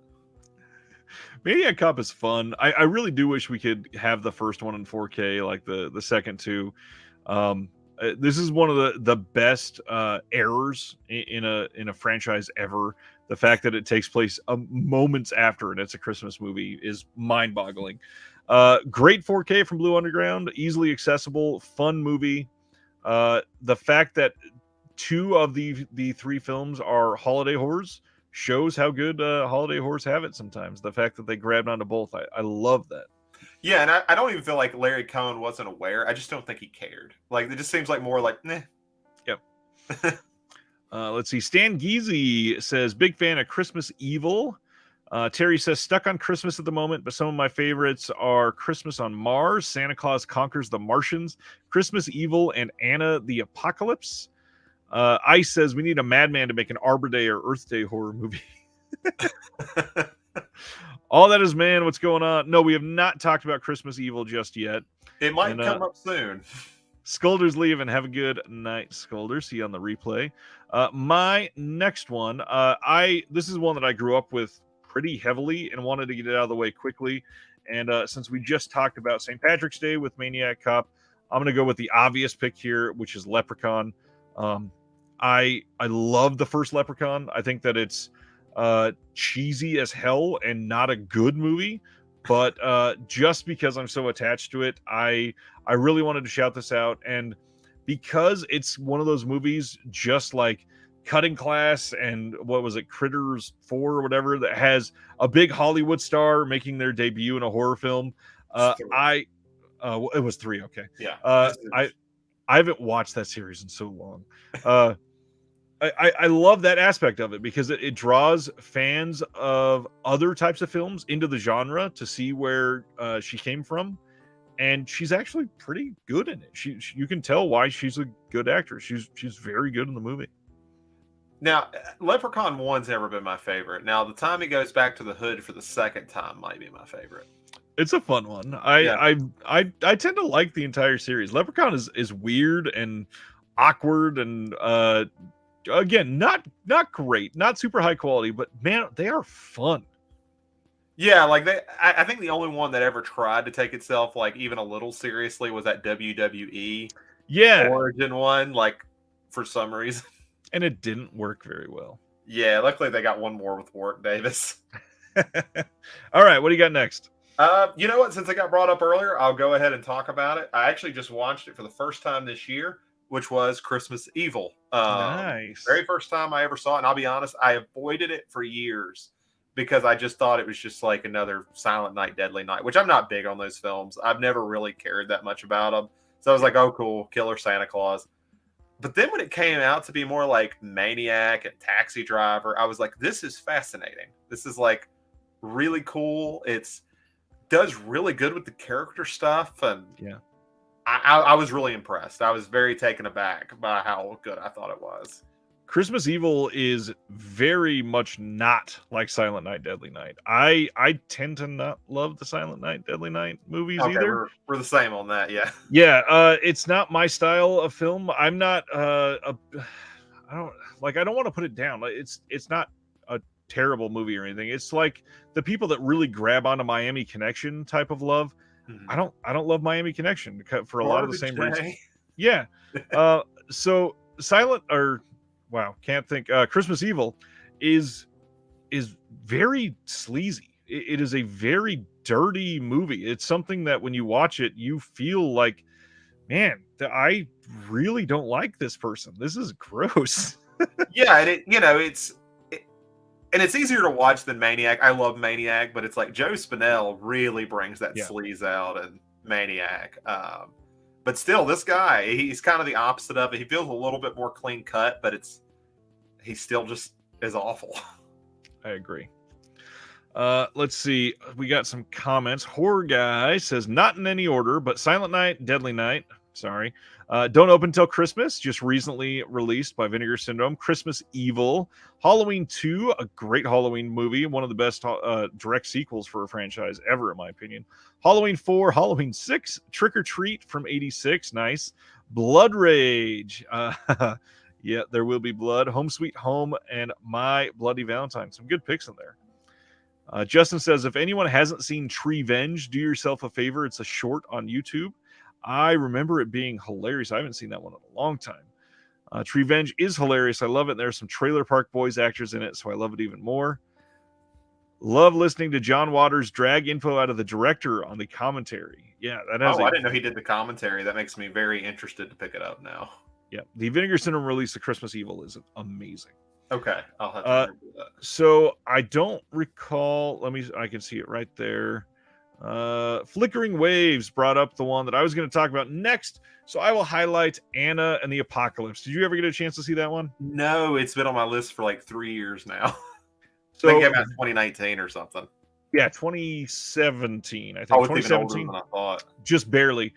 Second Sight actually put this out on Blu-ray in the UK, and I saw that release, and somebody linked to it, and I took just a wild leap. I had never heard of it. The cover looked interesting, and I read zombie musical, and immediately went, no, this is going to be awful, but I'll check it out anyways. And I loved it. So if you are going to ride the line between comedy and horror, which is already difficult by itself, and add in a musical on top of that, you have to be firing at all cylinders at all times. And Anna and the Apocalypse, I think, nails all of them very well. There are some laugh out loud parts. The horror aspect of it is very well done. But really, to highlight the best part of it, they took the music and seriously tried to make it something that was so well done that it had to be respected. And to take a silly story about zombies and to make it a musical, you're going to get certain fans to check it out just because they like those things. But I really think a movie like this is perfect for bridging the gap between people that have not dove into other genres. And when they find those things that they like zombies or musicals, maybe they'll find out they might also like the other thing. So I love when movies like this get out because it brings people to the genre, but it's just a fun, get a group of friends together, laugh and hang out type of movie. That Anna the Apocalypse rules. And maybe if I will try, maybe I'll try to get to it for the end of the year then, since it seems like a good one to end on. Yep, So, for sure. let's see, which one do I want to go with next? Okay, I'll go with this one. Actually, speaking of Vinegar Syndrome, I think they put this out, but this movie's had about 10,000 names. But the one I knew it by from Tubi was Hospital Massacre, which is, I think it's got a Be My Valentine is another name of it. X-Ray is another name of it. I won't lie to anyone and say it's not a pretty like typical slasher. Like it reinvents absolutely nothing. Like even by like 1982, all this stuff had pretty much been done before and probably slightly better at some point. But every bit of it works and it's very comfy, I guess is the word. Like if you like slashers, I don't think you'll find a whole lot to complain about. And I think it works really well as a Valentine's Day movie because there's a better Valentine's Day slasher movie, which we'll probably get to. But this is a solid one as well. Yeah, so that's for Hospital Massacre or the 100,000 names it's also got. Yeah, that's the double feature from Vinegar Syndrome is that and Schizoid. Mm-hmm. And those films, they must be on the same rights holders because they are always lumped together. Scream Factory did the double feature with X-Ray and Schizoid, so did Vinegar Syndrome. I think a lot of people have overlooked those films for some reason, and I think that if people actually looked into it, they would probably enjoy both of them more than they think they would. Yeah, like I probably didn't sell it the best, but there's nothing like I like the movie a lot, and it's I can't put anything besides it's just well done. Like everything about it. It's genuinely a very well made movie. It's a lot of fun. It's kind of, I don't know, a lot of people shit on things that are full of tropes, and it does have a lot of tropes, but the tropes are there for a reason. They worked for a lot of the classics, and this is one that you could throw out there as it's got a lot of unique things, but it does have a lot of tropes, and it pulls them off. Yeah, I enjoyed it when I watched it. I think I watched it really early this year, and I had a great time with it. I need to pick up Vinegar Syndrome's double feature thing. Yeah, it's a good release. My next one is an unconventional pick, I think, for a lot of people because the holiday aspect is a very small part of this. But I'm going to go with 2008's Inside. Oh, good. We can talk about this one together. I also have 2008's Inside on here. I love the French extreme wave horror that they did, and Inside is really the only one that you can tie directly to a holiday, and that's because the main character is very pregnant and is about to have her child on Christmas Day. It's the story starts on Christmas Eve. She is sitting in her home waiting basically for the time when she's got to go to the hospital, and she hears some noises and goes and takes a picture at her back door and looks at the picture and sees that there's somebody there. And as she goes upstairs and goes to bed and whatnot, she gets attacked, somebody trying to steal her baby. And while I will say it probably doesn't connect a ton, like I don't know, there's something about pregnancy and Christmas that just kind of goes well together, at least enough to it makes sense why you chose that. Right. So yeah, it's I think those guys, I think it was two directors if I'm remembering correctly. I think it's a team of them because they're the ones who did like the Leatherface movie in 2017, which was terrible. They, as far as I could tell, they've never had another great success, but this is definitely the exception. They did awesome. There's tons of creepy stuff in it. Like, I think the problem with like a lot of new French extremity, as much as I like it, is it's never really scary. It's just disturbing. Right. Inside is actually kind of scary, like how well they do it.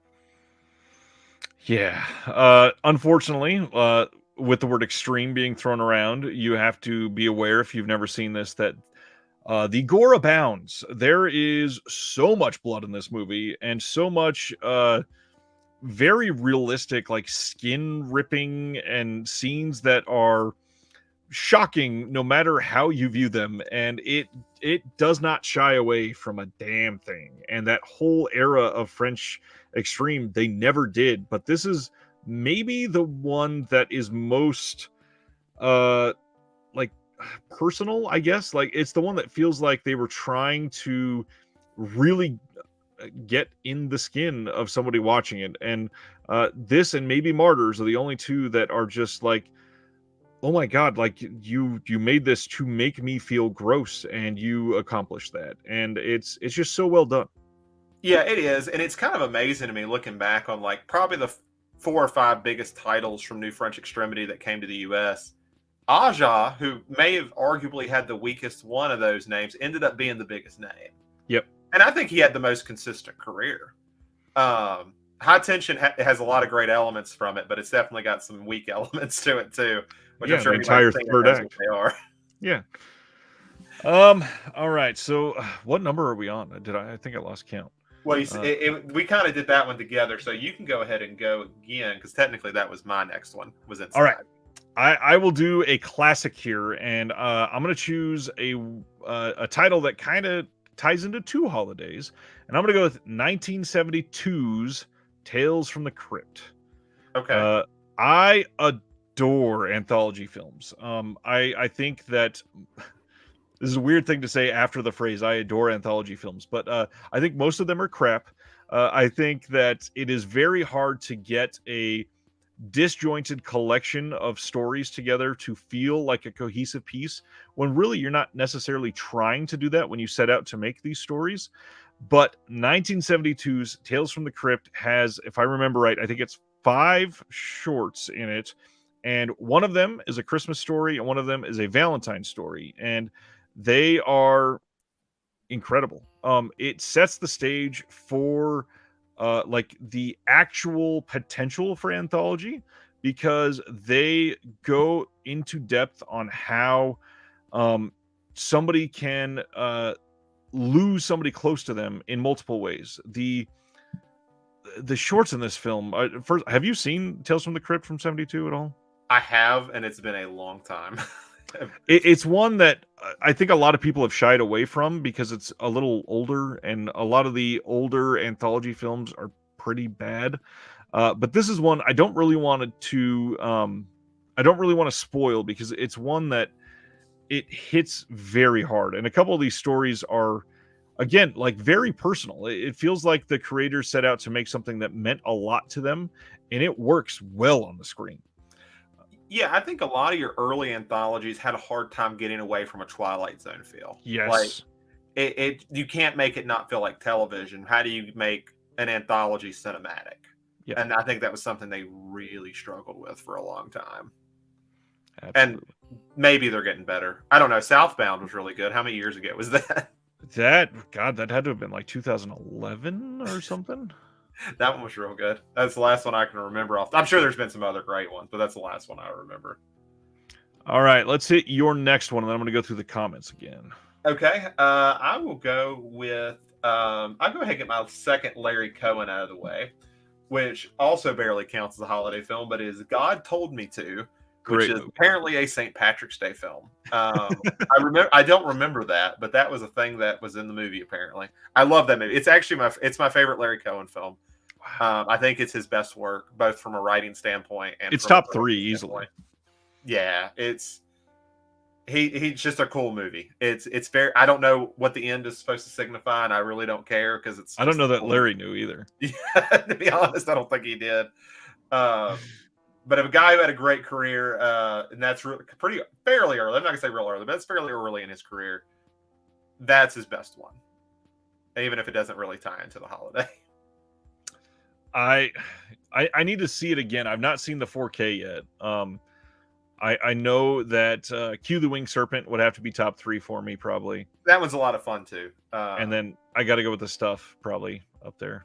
Now, if we don't count his stuff he didn't direct, I love Phone Booth. Phone Booth is one of my favorites. Cohen is amazing. He was a fun guy. I never, I even got through Maniac Cop 3, so that says a lot. All right, let's look at some of these comments. I've let them go for a minute. Horror Guy says, love the Leprechaun movies. Huge part in my growing up, especially 1, 2, and 3. Yeah, those are the 3 I think I watched the most as well.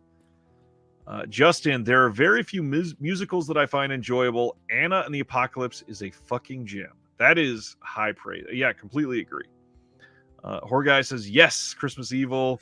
And then Terry, the makers of Anna the Apocalypse did a tweet along right as COVID got underway. It was a surprisingly emotional watch. Interesting. Stan, does the Father's Day segment of Creepshow count? Yes, absolutely. Definitely. Horror Guy, I think Creepshow's Father's Day segment does, and I love it. So yeah, of course. Horror Guy, I saw Inside finally in the past couple years, and wow, crazy movie. I loved it. That's good to hear. Have you seen Midnight Cinema? I don't think I watched that one yet. Isn't that I remember Nightmare Cinema. I think that was an anthology, but I don't remember Midnight Cinema. You know what? Yeah, I just mixed those two in my head. Nightmare Cinema is the one. It was like I remember hearing that one was actually pretty good, but I didn't watch Nightmare. Let's see. Oh, Mick Garris was the writer on that. Oh, directed by Joe Dante and Mick Garris and Alejandro Brugué. Okay, that's solid names. Hilton for Cohen wanted to bring up the It's Alive trilogy. Yep. Okay, so he did mean Nightmare Cinema. Good. Okay. I need to watch that. It's actually on my list because I've heard good things about it. What year is this? 2018. Okay, yeah, man, that's already. It's a Shudder. I think Shudder put it out, if I recall. That could be. There's some big names in it too, like Mickey Rourke is in it. Okay. I think that's the only big. I think the guy Aaron Moorhead and Justin Benson either did something in it, or they may have been actors in it. The guys who did like the Endless and Spring. Yeah. I haven't seen their new one. I wanted to see that. It's supposed to be good. The one that just came out in 2022. Something in the Dirt. That sounds right. The name of it? Yeah. All right. Have we done 8 or 9? I had a list of like 14, and I've lost count already. Let me see how many we got left. I have 2 left. Okay. So with 2 left, and actually I might have 3 because you went first. I'll go with another one that should be fairly obvious. I'm going to go with Krampus. I think Doherty did a good job with it. I think that it is funny enough to be memorable, and the actual Krampus of it is for younger viewers probably pretty creepy. I think it's a nice addition for him for his holiday stuff, and yeah, it's good. I don't think it's anywhere near as good as Trick or Treat, but I think it's pretty fun. Yeah, it's kind of that thing that's missing a lot of days, and I talk about it all the time with horror, is horror that's good for kids, like Gremlins. Yep. You know, even as an adult, I can enjoy Gremlins, and I can enjoy Krampus, but how do you get kids into horror anymore? I was like, exactly. Yeah, sure, you can sneak your parents' VHS tapes like we did, but there's got to be a more natural way to do that. I agree. Yeah, like Gremlins is the perfect bridge, and so is Krampus. So for mine, I'm going to go for my last one that is questionable for this list, but I'm going to go with it. It is a May Day, because that's a holiday apparently. Holiday one, which was either going to be The Wicker Man or this one, and I went with this one, which is Midsommar. This is one of my 2. Oh, Midsommar, great. Yeah, I debated. Because honestly, I think I actually didn't go with it because I was like, I bet he'll pick Wicker Man. I actually tend to lean towards Midsommar after seeing the director's cut. I'm one of those people that think the director's cut is actually a superior film than the theatrical cut. I think I understand why, because I think I'm a theatrical purist in this sense, but I think it's a little bit more of a fair look at both of them in the director's cut. But I kind of really like Christian just being an asshole. Like, I enjoy that. What's odd is I believe, I'd have to check IMDb to make sure, but I think it's the same year that another film that came out that I truly love the director's cut, which usually isn't the case. I'm usually theatrical as well, but that and Dr. Sleep, both of them is amazing. Both of the director's cuts added like 20 minutes of exposition that was meaningful and emotional and genuinely added to the story in very important ways. And I get why they cut both of them because they're both very long movies. But like, first, Flanagan is a freaking brilliant director. And Midsommar is just a solid movie. I really enjoyed it. I know a lot of people like it's cool to hate Ari Aster for some reason. Hereditary and Midsommar get shat on all the time, but I genuinely love Midsommar. Yeah, and I actually like Midsommar better than Hereditary. I like Hereditary, but I think it's I was at an age, especially in college, where I had a lot of like anxiety and panic disorder and stuff like that. So Danny just really connected with that character a lot more, Oh yeah. and I think it messed with me a lot more. I really, and I loved horror in the daylight. Like anytime you can do it in the Same. daylight, do it. Same. Uh, I think we both have the same last one on our list. So should we go into My Bloody Valentine from Yeah, let's 81? do it. That was my last one too. So, first of all, incredible that we got a great release of this from Scream Factory with those cut scenes reinserted. Mhm. Um, this movie, this movie is special. In terms of 80s slashers, this one is unique, memorable. Takes some things and runs with them in a way that wouldn't work in a lot of movies, and yet works perfectly in this film. And beyond that, set up a really interesting villain. I love the fact that the miner is terrifying, and this whole town is mystified by it, but it's what the town thrives on, so they're stuck with it. What else is My Bloody Valentine on this list for you for? I think one thing I love about early 80s slashers is while, yeah, we had, some of the best slashers ever with Texas Chainsaw Massacre, Black Christmas, and Halloween. Early 80s, they were trying to figure out what do you steal from these movies. So some Right. of them are taking elements that didn't really ever gain any traction, and I think it makes them feel a bit unique. Like, for some reason, they really like the Jolly mystery element, which only sort of Black Christmas had, but they really Right. wanted to fill in that Jolly feel to it. I don't know. There's a vibe, I guess is the word with My Bloody Valentine, that I don't think any other film, even its remake, couldn't recreate. It's feels so different as a slasher movie. If as tropey and formulaic as they can be, that one always stuck out as different for me. It does. And this is another one with how Scream Factory is re-releasing so many films in 4K. I was shocked that we didn't get a 4K announcement for this for February. I was Um, disappointed because I really, really would love one. it is a wonderful movie, and I hope that Scream Factory, considering they've done the release on it now, and the director was on Shockwaves, the podcast that is now defunct. He was on there basically saying this will those edits that we talked about previously, they will never see the light of day because they're lost. And within a couple months of being on that podcast, they were found. Scream Factory, they took it, they restored it immediately and got it in there, and we got that release literally less than a year after he said that. So it is amazing that we're getting stuff like that. Yeah, and I mean, Scream Factory will always have its faults, but I do give them credit for a lot of things of trying to find some of this stuff. Like, I'm sure they were just as disappointed as everyone when Event Horizon they couldn't find it, and I'm Right. sure they put in more work than most people had ever tried.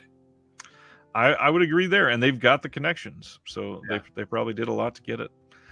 And actually, I did want to shout out one thing with this. I'm not sure if you are as crazy about it as I am, but I brought something down to show, Okay. just in case people didn't know about it. This was, what is the company name? Stop the Killer is the name of a game company that has released this, which is the Silent Night, Deadly Night, the game. Cool. But they also just did earlier this year a fundraiser for a My Bloody Valentine game, and they reopened the fundraiser for it right now. So you can go in there and get a copy of it at, I believe it's stopthekiller.com. And I cannot wait to get that game in because I love that game or that movie so much. Yeah, and the remake doesn't really like live up to it at all, but I still like it. Yeah, it was fun. For some of the it was actually shot in 3D, and I think it makes a huge difference. It really does. I do want to note that the My Bloody Valentine, the game, is out of stock at the moment. Ah, damn. Because I just went and checked. Hopefully, it'll go back in stock. Damn. Eventually, it should be available at least somewhere.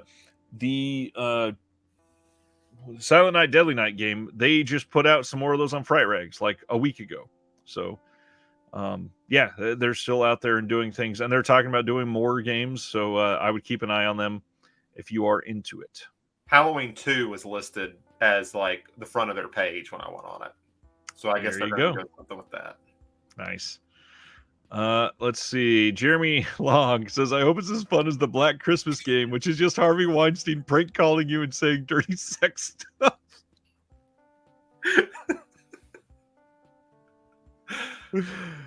Wow. Let's get into some honorable Jesus fuck. Honorable mentions or things that are like adjacent to some of these holidays. Any that you wanted to shout out that we're not going to go into quite as deep before we call it a night? Since it didn't show up, I'll shout out Wicker Man. I like Wicker Man. I like both Wicker Mans actually, for very, very distinct and different reasons. Yeah, I love the original Wicker Man, and Justin Robbins says you can still get it here, and usually YouTube doesn't, in live chats they don't like people posting links, so you may want to like spell the word and then write dot and then the word com after, and then everybody will know where to get it, and I will highlight that for sure. Yeah, love Wicker Man. The remake is funny. It is very funny. Yeah. But I love the original one. Some of the ones that I had on adjacent holidays or good ones to call out. So obviously, April Fool's Day. Got to shout it out for April Fool's Day. I think it's a good movie. I think that I have liked it less as the years have gone on. I don't know why necessarily, because it's acted fairly well. And obviously the reveal at the end of that back in the day must have been crazy. You probably did not see anything like that coming. Yeah, I guess it's hard in a very postmodern horror world. Like going back to that, you're like, okay, it feels more a part of that than right where it's actually located. True that. Some of the other ones, New Year's, we got Bloody New Year, New Year's Evil, Terror Train. All of them are at least okay. Bloody New Year is probably my favorite out of those three. New Year's Evil is just odd, and I've never been huge on Terror Train. No, I actually hate Terror Train. I even watched the 2022 one, and I was like, you know what? They can improve this movie. Still didn't. Yikes. I was trying to be silly and made a Mother's Day list. So I said Mother's Day, Carrie, The Babadook, Grace, Inside, The Eyes of My Mother, and Rosemary's Baby. Perfect Mother's Day movies. And the only one you missed was Serial Mom. Touche.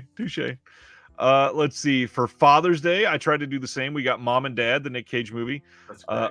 Eraserhead, The Stepfather, The Shining, Sinister, great Father's Day movie.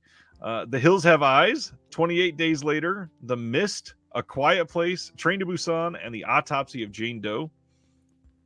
I forgot. Okay, I didn't even think about Autopsy of Jane Doe. It's an interesting one. It's a father and son film. Let's see. What other ones do I want to I do want to shout out something I tried to justify during the first snow of the year. I will always watch The Thing. It's not quite a Christmas movie, but it kind of feels that way because it's always around Christmas. Yeah, it's I get that, and it's more like a winter solstice film. Let's run with that. Yeah, we go with that. It is, yeah, it's a very December movie. I can see that. What else did I have on here? I tried to be cheeky, and for Labor Day, I have the film Mayhem. A lot of fun with Stephen Yeun. Compliance, nasty film. That one fucks with me. That one, that one's hard.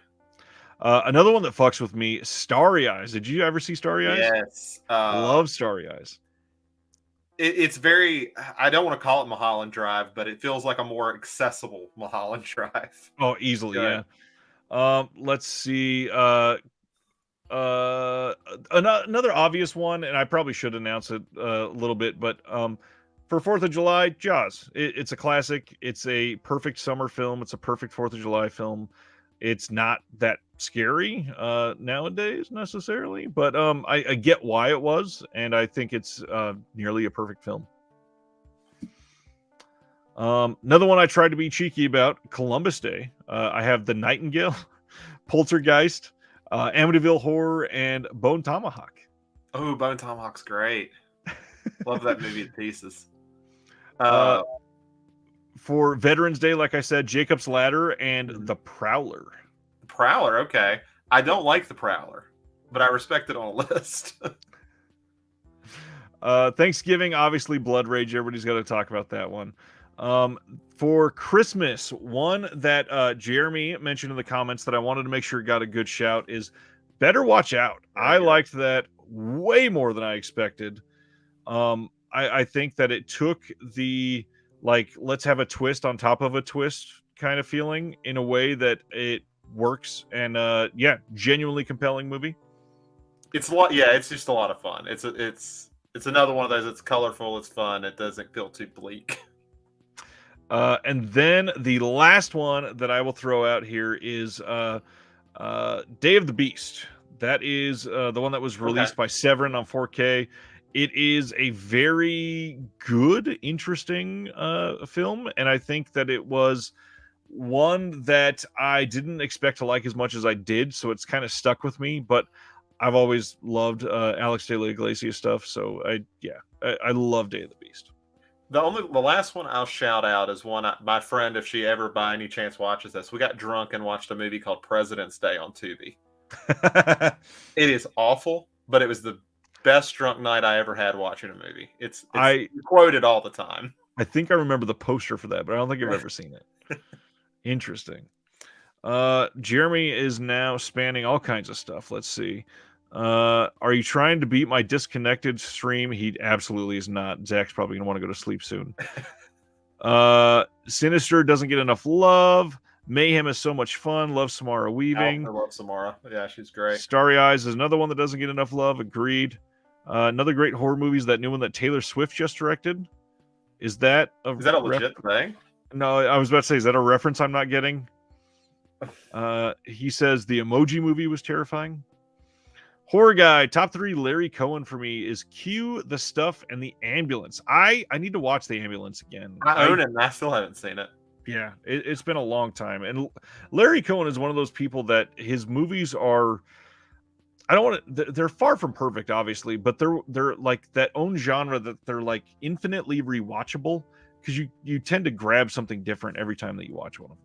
And they're very earnest. Like, yeah, we can talk about the effects, but it's an earnest attempt to be serious. Yep. Like, it's awesome for me. I mean, anybody that is willing to risk it all to hire a bunch of cops to go film without a permit at the top of the Empire State Building deserves so much fucking credit. Oh man, gotta rewatch you. Jeremy says Taylor Swift did just direct a movie, but it's not a horror movie. That was just me making a joke, and now I've ruined it. You're welcome. She directed a movie. That's honestly weird. I would watch the hell out of Taylor Swift directing a horror movie just to see what it'd be like. Didn't the last time you were on here, didn't we talk about Taylor Swift that time too? We probably did. I don't know if he's getting brought up somehow. Oh man, if my sister watches the replay, she's gonna go crazy for this. That's amazing. Jokes are way better when you have to explain them. You're welcome. This was very successful then because we have killed that joke. I think that's all we got. Zach, my friend, They Live by Film. Great work. Zach was wonderful tonight. He and 2 of his friends, Chris, who's been on the channel very few, 3 or 4 times, and then Adam doesn't ever do anything. They do incredible stuff. They have wonderful discussions, and then they also interview a lot of great people, just like we do on this channel. If you want to, please go subscribe, download some of them. They all 3 are just earnest about what they talk about and wonderful people, and I love them all. But yeah, just what Hilton said is exactly what I was about to transition to. Merry Christmas, Happy Holidays to everybody, and that includes the ones that I talk about at the end of all these, which is all of the patrons. Thank you all so much. We've got the VIP supporters and members who are all supporting more than they know, just being a part of this. And if you are interested, a link for that is in the description below. And Zach, anything else you want to shout out? So the only thing I'll say is I appreciate everyone for listening. Anyone who, we're doing our wrap up for They Live by Film. It will be out in a week and a day. You can listen to all the bad takes I had throughout the year. They are fantastic. And we have the interview with Fran just came out. It's really good. Last week. And I wanted to note this for you, Ryan. we were just talking about this, that we actually had to change up our interview for Fran because yours was so good that we're like, how do we make a different sort of interview for that? So that was a lot of fun. Definitely, It was very successful. Yeah, it was. I'm glad we got a lot of information. Fran's great to talk to, so that's the important part. And then next year we will be hopefully working on a YouTube channel, so we will have a little bit more of different content next year. Nice. I have loved so many of your guys' interviews, and they are genuinely really great companion pieces to a lot of the things that I've done. And you can tell, just like what Zach just said about the Fran interview, I tend to do the same. I try to listen to the They Live by Film and go, okay, I don't want to talk about the same thing. Let's go something next to it that gets more information, maybe goes deeper now that people have had time with this interview or time with releases or something like that, and see if we can get something new out in the world. And it's nice. It's nice that we're able to all work together and be friends and just make good stuff. So thank you. Thank all of you watching. Thank all of you in the comments. And next Thursday, I will say, is going to be interesting. It is just going to be me on purpose. I have a handful of things I wanted to bring up and talk about just as a end of the year thing. And some of them would have been awkward to sit and chat with a guest as they sit here silently and watch me ramble for a little while. So I chose to make last Thursday just me. But other than that, we've got a lot of stuff coming up. So if you can, next Thursday, I'd love to have you live again. And from Two Collectors to all of you, hope you all have a good night, safe holidays. And if you're traveling, it's rough out there for a lot of people, so be safe. See you next time.